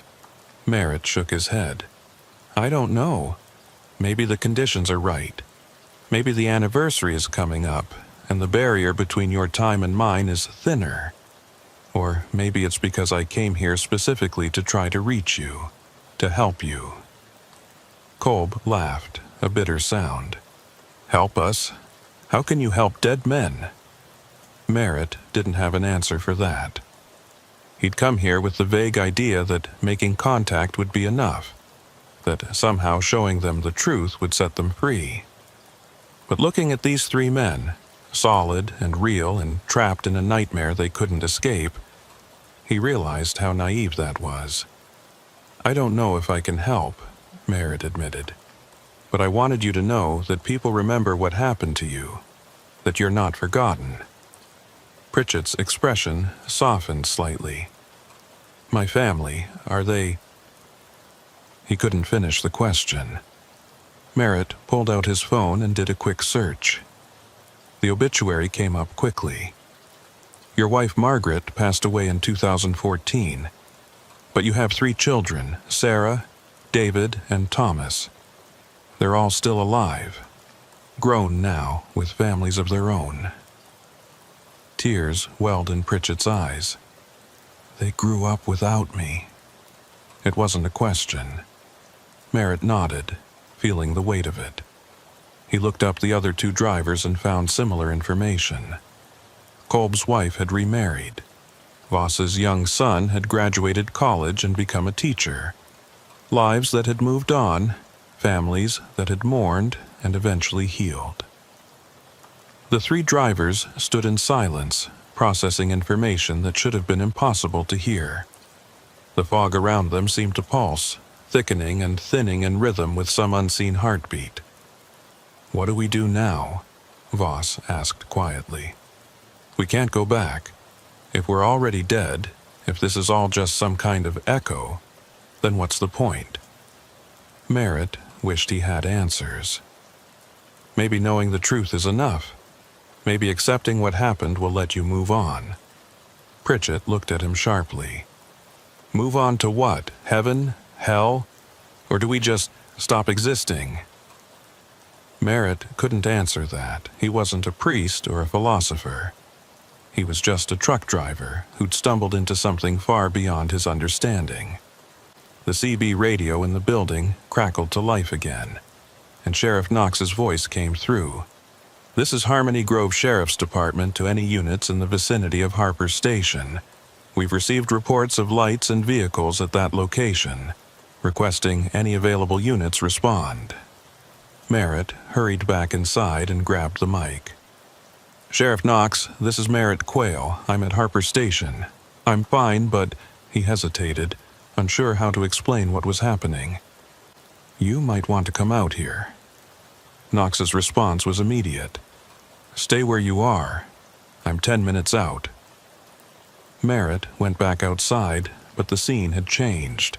The fog was thinning, pulling back like a tide receding. The 3 trucks were still there, but they looked different now. More transparent, less solid. The drivers were fading too, their edges blurring into the rain. Pritchett looked down at his hands and watched as they became translucent. We're going back, aren't we? Back into the loop. I don't know, Merritt said helplessly. Maybe. Or maybe knowing the truth changed something. Kolb stepped forward, his voice urgent. If we go back, will we remember this conversation? Will we know what happened to us? Merritt shook his head. I don't think so. I think you'll forget. And you'll be lost in the fog again, calling for help. The thought was unbearable.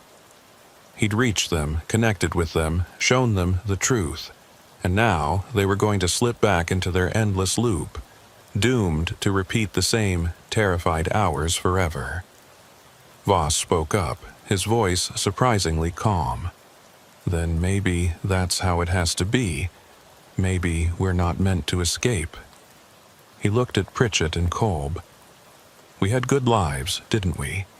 Before the accident, families, careers, miles behind us. Not everyone gets that. Maybe this... He gestured at the fog, the fading trucks. The impossible situation is just the price we pay for dying the way we did.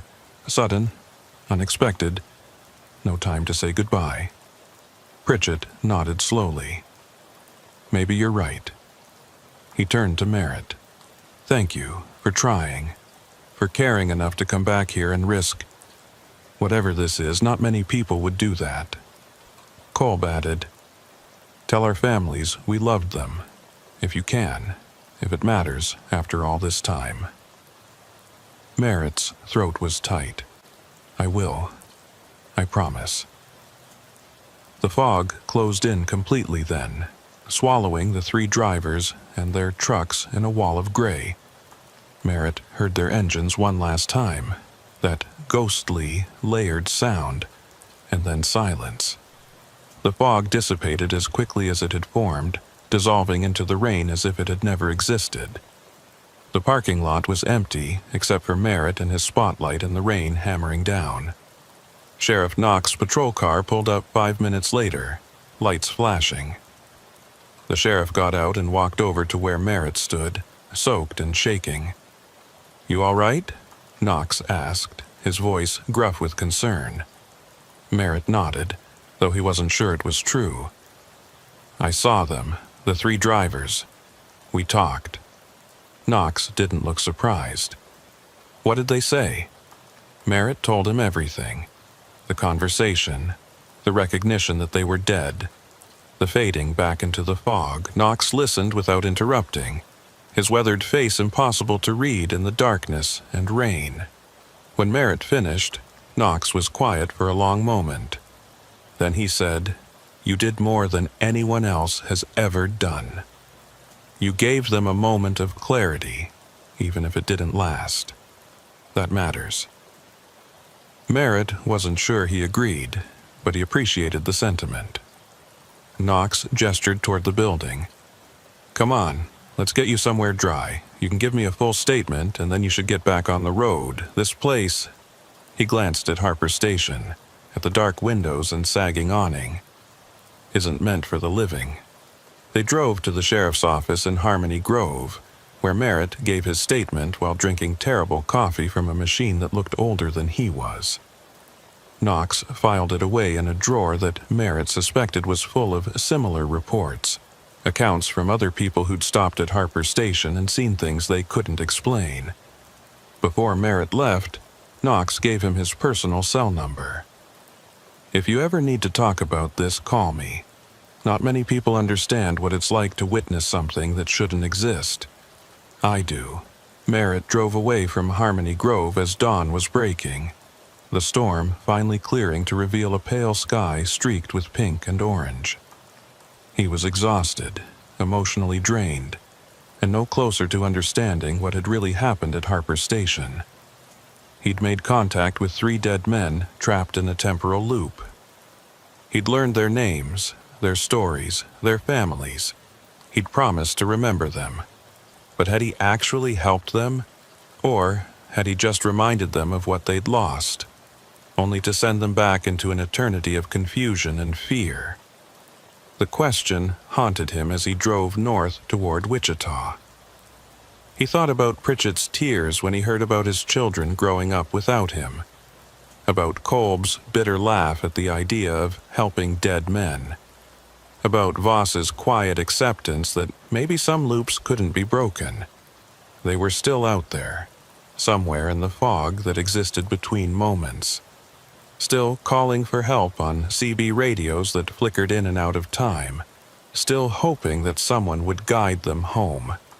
And now Merritt knew that even when someone answered, even when someone tried, it might not be enough. He pulled into a rest area just before Wichita and climbed into his sleeper for a few hours of desperately needed rest. But before he closed his eyes, he made good on his promise. He searched for the families of Pritchett, Kolb, and Voss. He found contact information for Pritchett's daughter, Sarah, and sent her a carefully worded email explaining that he was a truck driver who'd learned about her father's accident and wanted her to know that people still remembered him.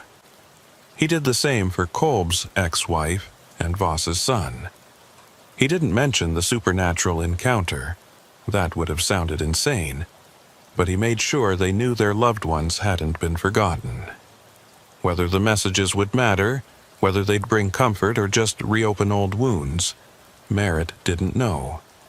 But he'd made a promise to 3 men who'd died 42 years ago, and he intended to keep it. As he finally drifted off to sleep, Merritt's last thought was of Harper Station, sitting empty in the morning light, waiting for the next storm, waiting for the next lost soul to hear voices on the CB, waiting for the fog to roll in again and bring with it 3 trucks that couldn't find their way home. And somewhere in that fog, Daniel Pritchett, Raymond Kolb, and Marcus Voss were already forgetting, already slipping back into the loop, already calling for help that would come too late, again and again, forever. 6 weeks passed before Merritt drove Route 183 again. He'd avoided it deliberately, taking longer routes through Kansas and Nebraska even when they added hours to his schedule. His dispatcher had noticed and asked if there was a problem with that highway, maybe construction delays or way station issues. Merritt had made up an excuse about road conditions, and the dispatcher had let it drop. But eventually, the routes aligned in a way that made avoiding 183 impractical, and Merritt found himself heading south through Oklahoma on a cold November afternoon. The responses to his emails had been mixed. Sarah Pritchett, Daniel's daughter, had written back with gratitude, saying it meant a lot to know that strangers still remembered her father decades after his death. She'd included a photo of the Pritchett family from 1982, Daniel standing beside his rig with his wife and 3 children, everyone smiling. Merritt had saved the photo on his phone, though looking at it always made his chest ache. Raymond Kolb's ex-wife had sent a brief, polite reply thanking him for reaching out. Marcus Voss's son hadn't responded at all, and Merritt didn't blame him. Sometimes the past was better left alone, but the encounters at Harper Station had changed something in Merritt. He found himself thinking differently about the road, about the endless miles of highway that connected cities and states and lives. How many other places were there like Harper Station? How many accidents and tragedies had left their marks on the landscape in ways that couldn't be explained by normal physics or logic? He'd started noticing things he'd never paid attention to before. Abandoned rest stops, old way stations, stretches of highway where the CB would go strange for no apparent reason. The road, he realized, had its own memory, and sometimes that memory refused to fade. As Merritt approached mile marker 98, he felt his pulse quicken despite his best efforts to stay calm. It was mid-afternoon, no rain in the forecast, clear skies and moderate temperatures. Nothing like the storm conditions that seemed to trigger the phenomenon. He told himself he was just passing through, that there was no reason to stop, no reason to even look at Harper Station as he drove by. But his eyes were drawn to the turnoff anyway, and before he quite realized what he was doing, Merritt had slowed the Kenworth and pulled onto the shoulder. The building looked the same in daylight, maybe worse, actually, with the sun illuminating every crack in the concrete, every rust stain, every board nailed over the windows. It was just an abandoned structure, unremarkable and slowly collapsing under its own weight. There were no trucks parked nearby, no fog, no mysterious lights, just a relic from a different era of highway travel, forgotten and left to decay. Merritt sat with the engine idling, staring at the place where he'd spoken to 3 dead men. Had it really happened? In the cold light of day, with no storm to blur the edges of reality, the whole experience felt like a dream. Maybe that's all it had been. Exhaustion-induced hallucinations, his mind filling in details from the stories he'd heard. People saw what they wanted to see, believed what they wanted to believe. But Merritt knew better. He'd touched that CB radio, felt the icy cold of the microphone. He'd seen Daniel Pritchett's face, watched tears well in the man's eyes when he learned about his children. He'd heard Marcus Voss's voice, calm and resigned, accepting a fate he couldn't escape. Those weren't hallucinations. They'd been real, even if real meant something different at Harper Station than it did anywhere else. Merritt pulled out his phone and opened the photo Sarah Pritchett had sent. He studied Daniel's face, the confident smile of a man who had no idea his life was about to be cut short. Then he looked at the building, imagining that same man standing in the parking lot, transparent and fading, asking if his family remembered him. Merritt's CB radio crackled suddenly, making him jump. He'd left it on channel 19, and now a voice was coming through, normal, contemporary, with none of the distorted quality of the transmissions from 1983. "A southbound Kenworth at mile 98, you all right? Saw you pulled over." Merritt grabbed the mic, grateful for the contact with the present. "Yeah, I'm fine. Just taking a break." The other driver responded cheerfully. "Roger that. Be safe out there." The transmission ended, and Merritt was alone again with his thoughts. He was about to pull back onto the highway when he noticed something that made him pause. There was a vehicle in the Harper Station parking lot, a dusty sedan that definitely hadn't been there when he'd pulled over. Merritt frowned, studying it through his windshield. The car looked recent, maybe 5 or 6 years old, and someone was standing beside it. A woman, maybe in her 60s, looking at the abandoned building with an expression Merritt recognized. Grief mixed with confusion. She was holding something in her hands, papers, it looked like, and she kept glancing down at them, then back at the building, as if trying to reconcile 2 different realities. Against his better judgment, Merritt shut off his engine and climbed down from the cab. He walked toward the woman slowly, not wanting to startle her. As he got closer, he could see the papers she was holding were old newspaper clippings, yellowed with age. "Excuse me," Merritt called out. "Are you okay?" The woman turned, and he saw that her eyes were red, like she'd been crying. "I'm fine, just visiting." She gestured vaguely at the building. "My husband died here, long time ago." Merritt's stomach tightened. "March 14th, 1983? The woman's eyes widened. "How did you know that?" Merritt moved closer, choosing his words carefully. "I've heard about the accident. 3 trucks, mysterious fog. I'm a driver myself. It's one of those stories that gets passed around." That was true, if incomplete. The woman nodded slowly. "Raymond Kolb. That was my husband. Well, ex-husband by the time he died, but we'd only been divorced for a year. I never stopped. I never really moved on, you know." She looked back at the building. "I come here sometimes, not often, just when I need to feel close to him. Merritt felt like he'd been punched in the chest. This was Raymond Kolb's wife, ex-wife, the woman he'd emailed 6 weeks ago. Mrs. Kolb? She looked surprised. How did you... Then recognition dawned. You're the truck driver, the one who sent me that message about Raymond. Merritt nodded. Merritt Quayle. I didn't expect to run into you here. Mrs. Kolb, she'd said her name was Irene in the email, studied him with sharp, assessing eyes. You said in your message that people remember Raymond, but there was something else, wasn't there? Something you didn't say. Merritt hesitated. He deliberately kept the supernatural elements out of his emails, not wanting to sound insane or cause additional pain. But standing here with Irene Kolb looking at him with those knowing eyes, he felt compelled to tell the truth. I saw him, Merritt said quietly. 6 weeks ago, during a storm. I was at Harper Station, and I made contact with him and the other 2 drivers. We talked. Irene didn't look shocked or skeptical.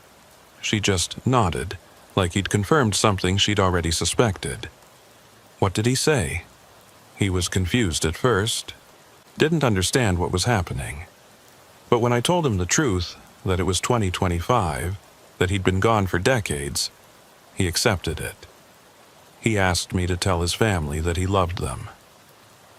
Merritt paused. He seemed at peace with it in the end, as much as anyone could be in that situation. Irene's eyes filled with tears. Was he in pain? Merritt shook his head. No, not physical pain, but he was lost. They all were, trapped in that night, reliving it over and over. Irene wiped her eyes and looked at the building again. I've felt him here. I know that sounds crazy, but I have. Sometimes when I come here at night, I hear things on the CB radio in my car, voices asking for help. I always thought it was my imagination, my grief, making me hear what I wanted to hear. But maybe it was really him. She turned back to Merritt. Can you help them? Can you free them? Merritt felt the weight of that question settle on his shoulders. I tried. I guided them to this location, made them understand what happened. But they just faded back into the fog. They forgot everything. I don't think they can be freed. I think they're part of this place now, locked into that moment. Irene was quiet for a long time, staring at the building. When she finally spoke, her voice was soft. Then at least they're not alone. At least they have each other. It was a bleak comfort, but Merritt supposed it was something. 3 men trapped in an eternal loop, calling for help that would never come, dying over and over in fog that never lifted. But they were dying together, experiencing the same confusion and fear. Not alone, never alone. I should go, Irene said, tucking the newspaper clippings back into her purse. Thank you for telling me, for being honest. Mrs. Kolb, Irene, one more thing. Merritt pulled out his phone and opened the voice recorder app. If you want, you could leave a message. I don't know if they can hear it, if it would reach them somehow. But maybe during the next storm if the conditions are right. He trailed off, not sure how to finish. Irene understood. She took the phone and held it close to her mouth, her hands trembling slightly. Raymond, it's Irene. I don't know if you can hear this, but I want you to know that I forgive you. For everything. And I never stopped loving you. I hope wherever you are, whatever you're experiencing, you feel that love. You're not forgotten. You never will be. She handed the phone back to Merritt, and he saved the recording. He had no idea if it would do any good, but it felt important to have tried. They walked back to their vehicles together, 2 strangers connected by grief and impossible circumstances. Before Irene got into her car, she touched Merritt's arm. "Be careful on this highway. There are more places like Harper Station than people realize. Places where the past won't let go." Merritt nodded, thinking about all the abandoned rest stops and forgotten way stations scattered across thousands of miles of American highway. How many of them held similar stories? How many accidents and tragedies had left marks that couldn't be seen but could be felt? He watched Irene drive away, then climbed back into his Kenworth. But before he pulled onto the highway, he made a decision. He opened the CB radio panel and set it to record on a loop. If Harper Station was going to continue reaching out, if those 3 drivers were going to keep calling for help, then maybe someone should document it. Not to prove anything. Merritt didn't need proof anymore, but to preserve their voices. To make sure that even if they couldn't escape their loop, even if they were doomed to repeat that night forever, someone would remember. Someone would listen. Over the following months, Merritt made a point of driving through Harper Station whenever his routes allowed. He timed some of his trips to coincide with storms, but he also stopped during clear weather at different times of day and night. The CB recordings captured hours of static, occasional normal trucker chatter, and, 3 times, fragments of those distorted voices asking for guidance through fog. The transmissions were never as clear as that night when he'd made full contact, but they were there. Proof, if he needed it, that something lingered at mile marker 98.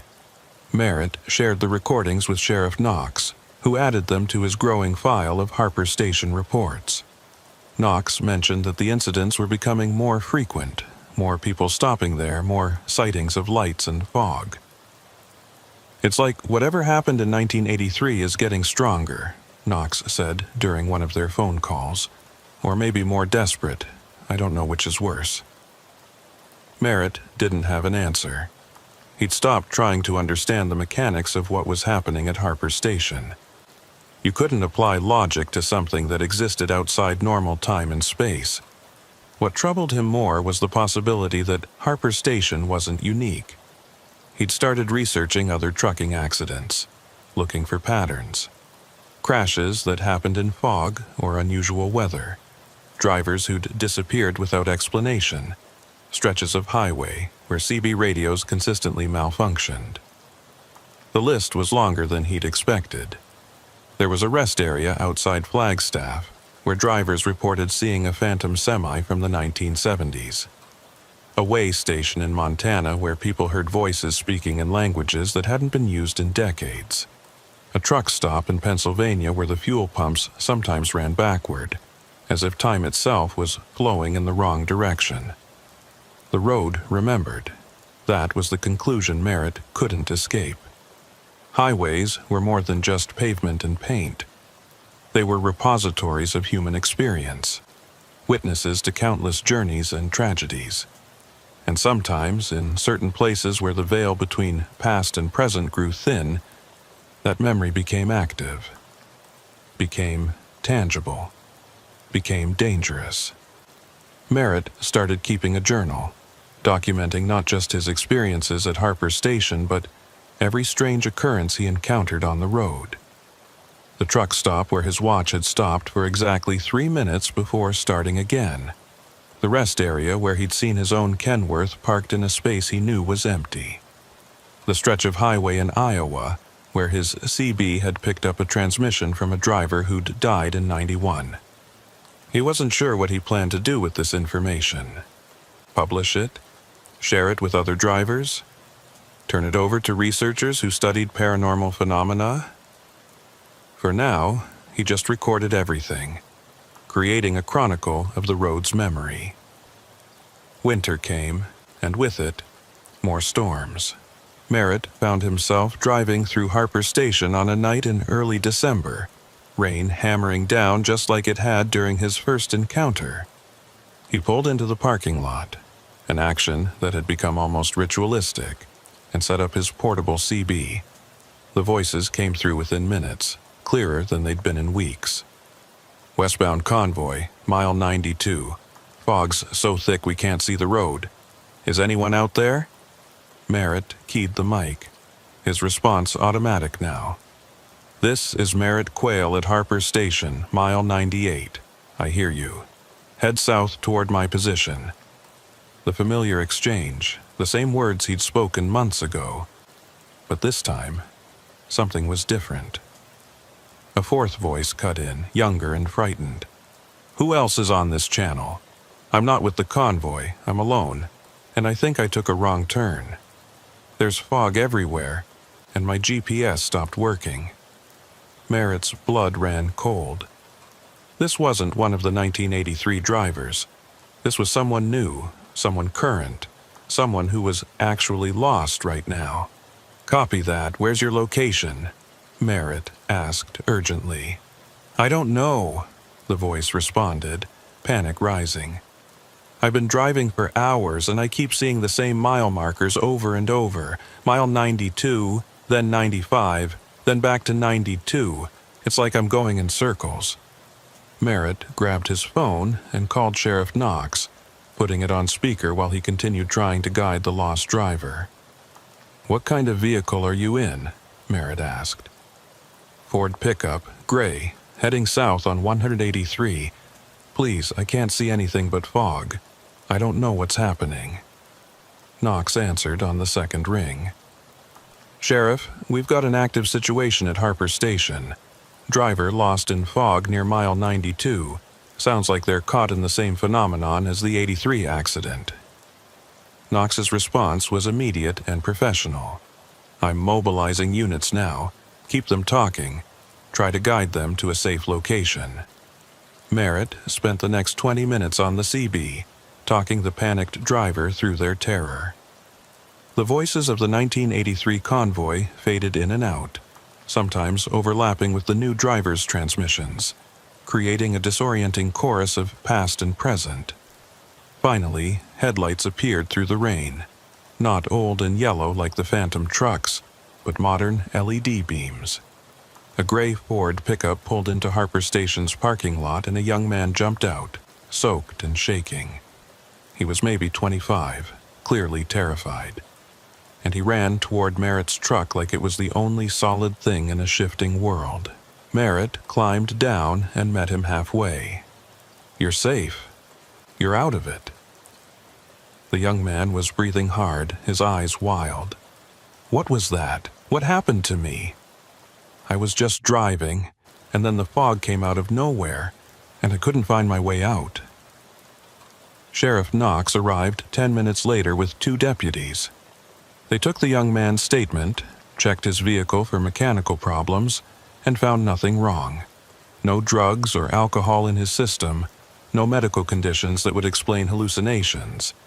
He was just a guy driving home from work who'd gotten caught in something he couldn't understand.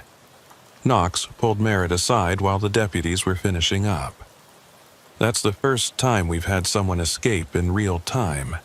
Usually, we just find abandoned vehicles or nothing at all. His expression was grim. Whatever's happening at Harper Station, it's escalating. It's not just playing back the 1983 accident anymore. It's actively trapping new people. Merritt felt a chill that had nothing to do with the cold rain. So what do we do? Close the highway? Put up warnings? Knox shook his head. On what grounds? That we have a supernatural phenomenon causing temporal distortions? The state would laugh us out of the room. Best we can do is increase patrols during storms and hope we can pull people out before they're lost for good. It was an inadequate response, and they both knew it. But what else could they do? You couldn't fight something that existed outside the normal laws of physics. You couldn't arrest fog that appeared out of season or shut down a highway because ghosts used it. The young man was eventually cleared to leave, though Knox recommended he take a different route home and not drive alone at night for a while. Before he left, he approached Merritt. Thank you for talking me through it. I thought I was going to die out there. Merritt nodded, not trusting himself to speak. Because the truth was, the young man had come very close to dying. or worse, to joining Pritchett, Kolb, and Voss in their eternal loop. One more voice calling for help on a CB radio, one more set of lights appearing during storms, one more tragedy absorbed into Harper Station's hungry memory. As winter deepened and the anniversary of the 1983 accident approached, Merritt found himself thinking more and more about what it all meant. He'd started this journey wanting to help 3 trapped drivers find peace. He'd failed. They were still out there, still lost, still calling for help. And now the phenomenon was spreading, catching new victims, expanding its reach. Maybe Alma Drury had been right. Maybe some roads, once traveled, could never be left behind. Maybe some places were meant to be avoided, their warnings heeded rather than investigated. But Merritt kept driving Route 183, kept stopping at Harper Station, kept recording the voices and documenting the experiences, because someone had to bear witness, someone had to remember. And if he couldn't free the trapped drivers, the least he could do was make sure they weren't forgotten, that their voices continued to be heard even if no one could answer them in a way that mattered. The road remembered. And as long as Merritt kept driving, as long as he kept listening, he would remember too. On the night of March 13th, one day before the anniversary, Merritt parked his Kenworth at Harper Station and waited. The weather forecast called for fog, actual meteorological fog this time, not the supernatural kind, and Merritt wanted to see if that made a difference. He set up his equipment and settled in for a long night. The CB crackled to life just after midnight. Westbound convoy, mile 92. Heavy fog. Can't see the road. Need guidance. Daniel Pritchett's voice, as clear as it had been 6 months ago. Merritt had closed his eyes and keyed the mic. "This is Merritt Quayle. I hear you, Daniel. I remember you. Raymond, Marcus, I remember all of you." He paused, knowing they wouldn't remember him, knowing this was probably pointless. "I can't show you the way out. I wish I could. But I want you to know you're not forgotten. Your families remember you. The road remembers you. And I'll keep listening, as long as you keep calling. You're not alone." Static hissed back at him.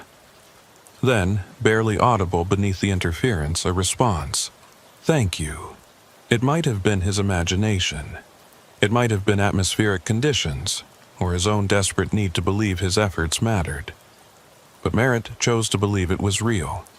That somewhere in the fog, in that frozen moment of March 14th, 1983, 3 drivers had heard him.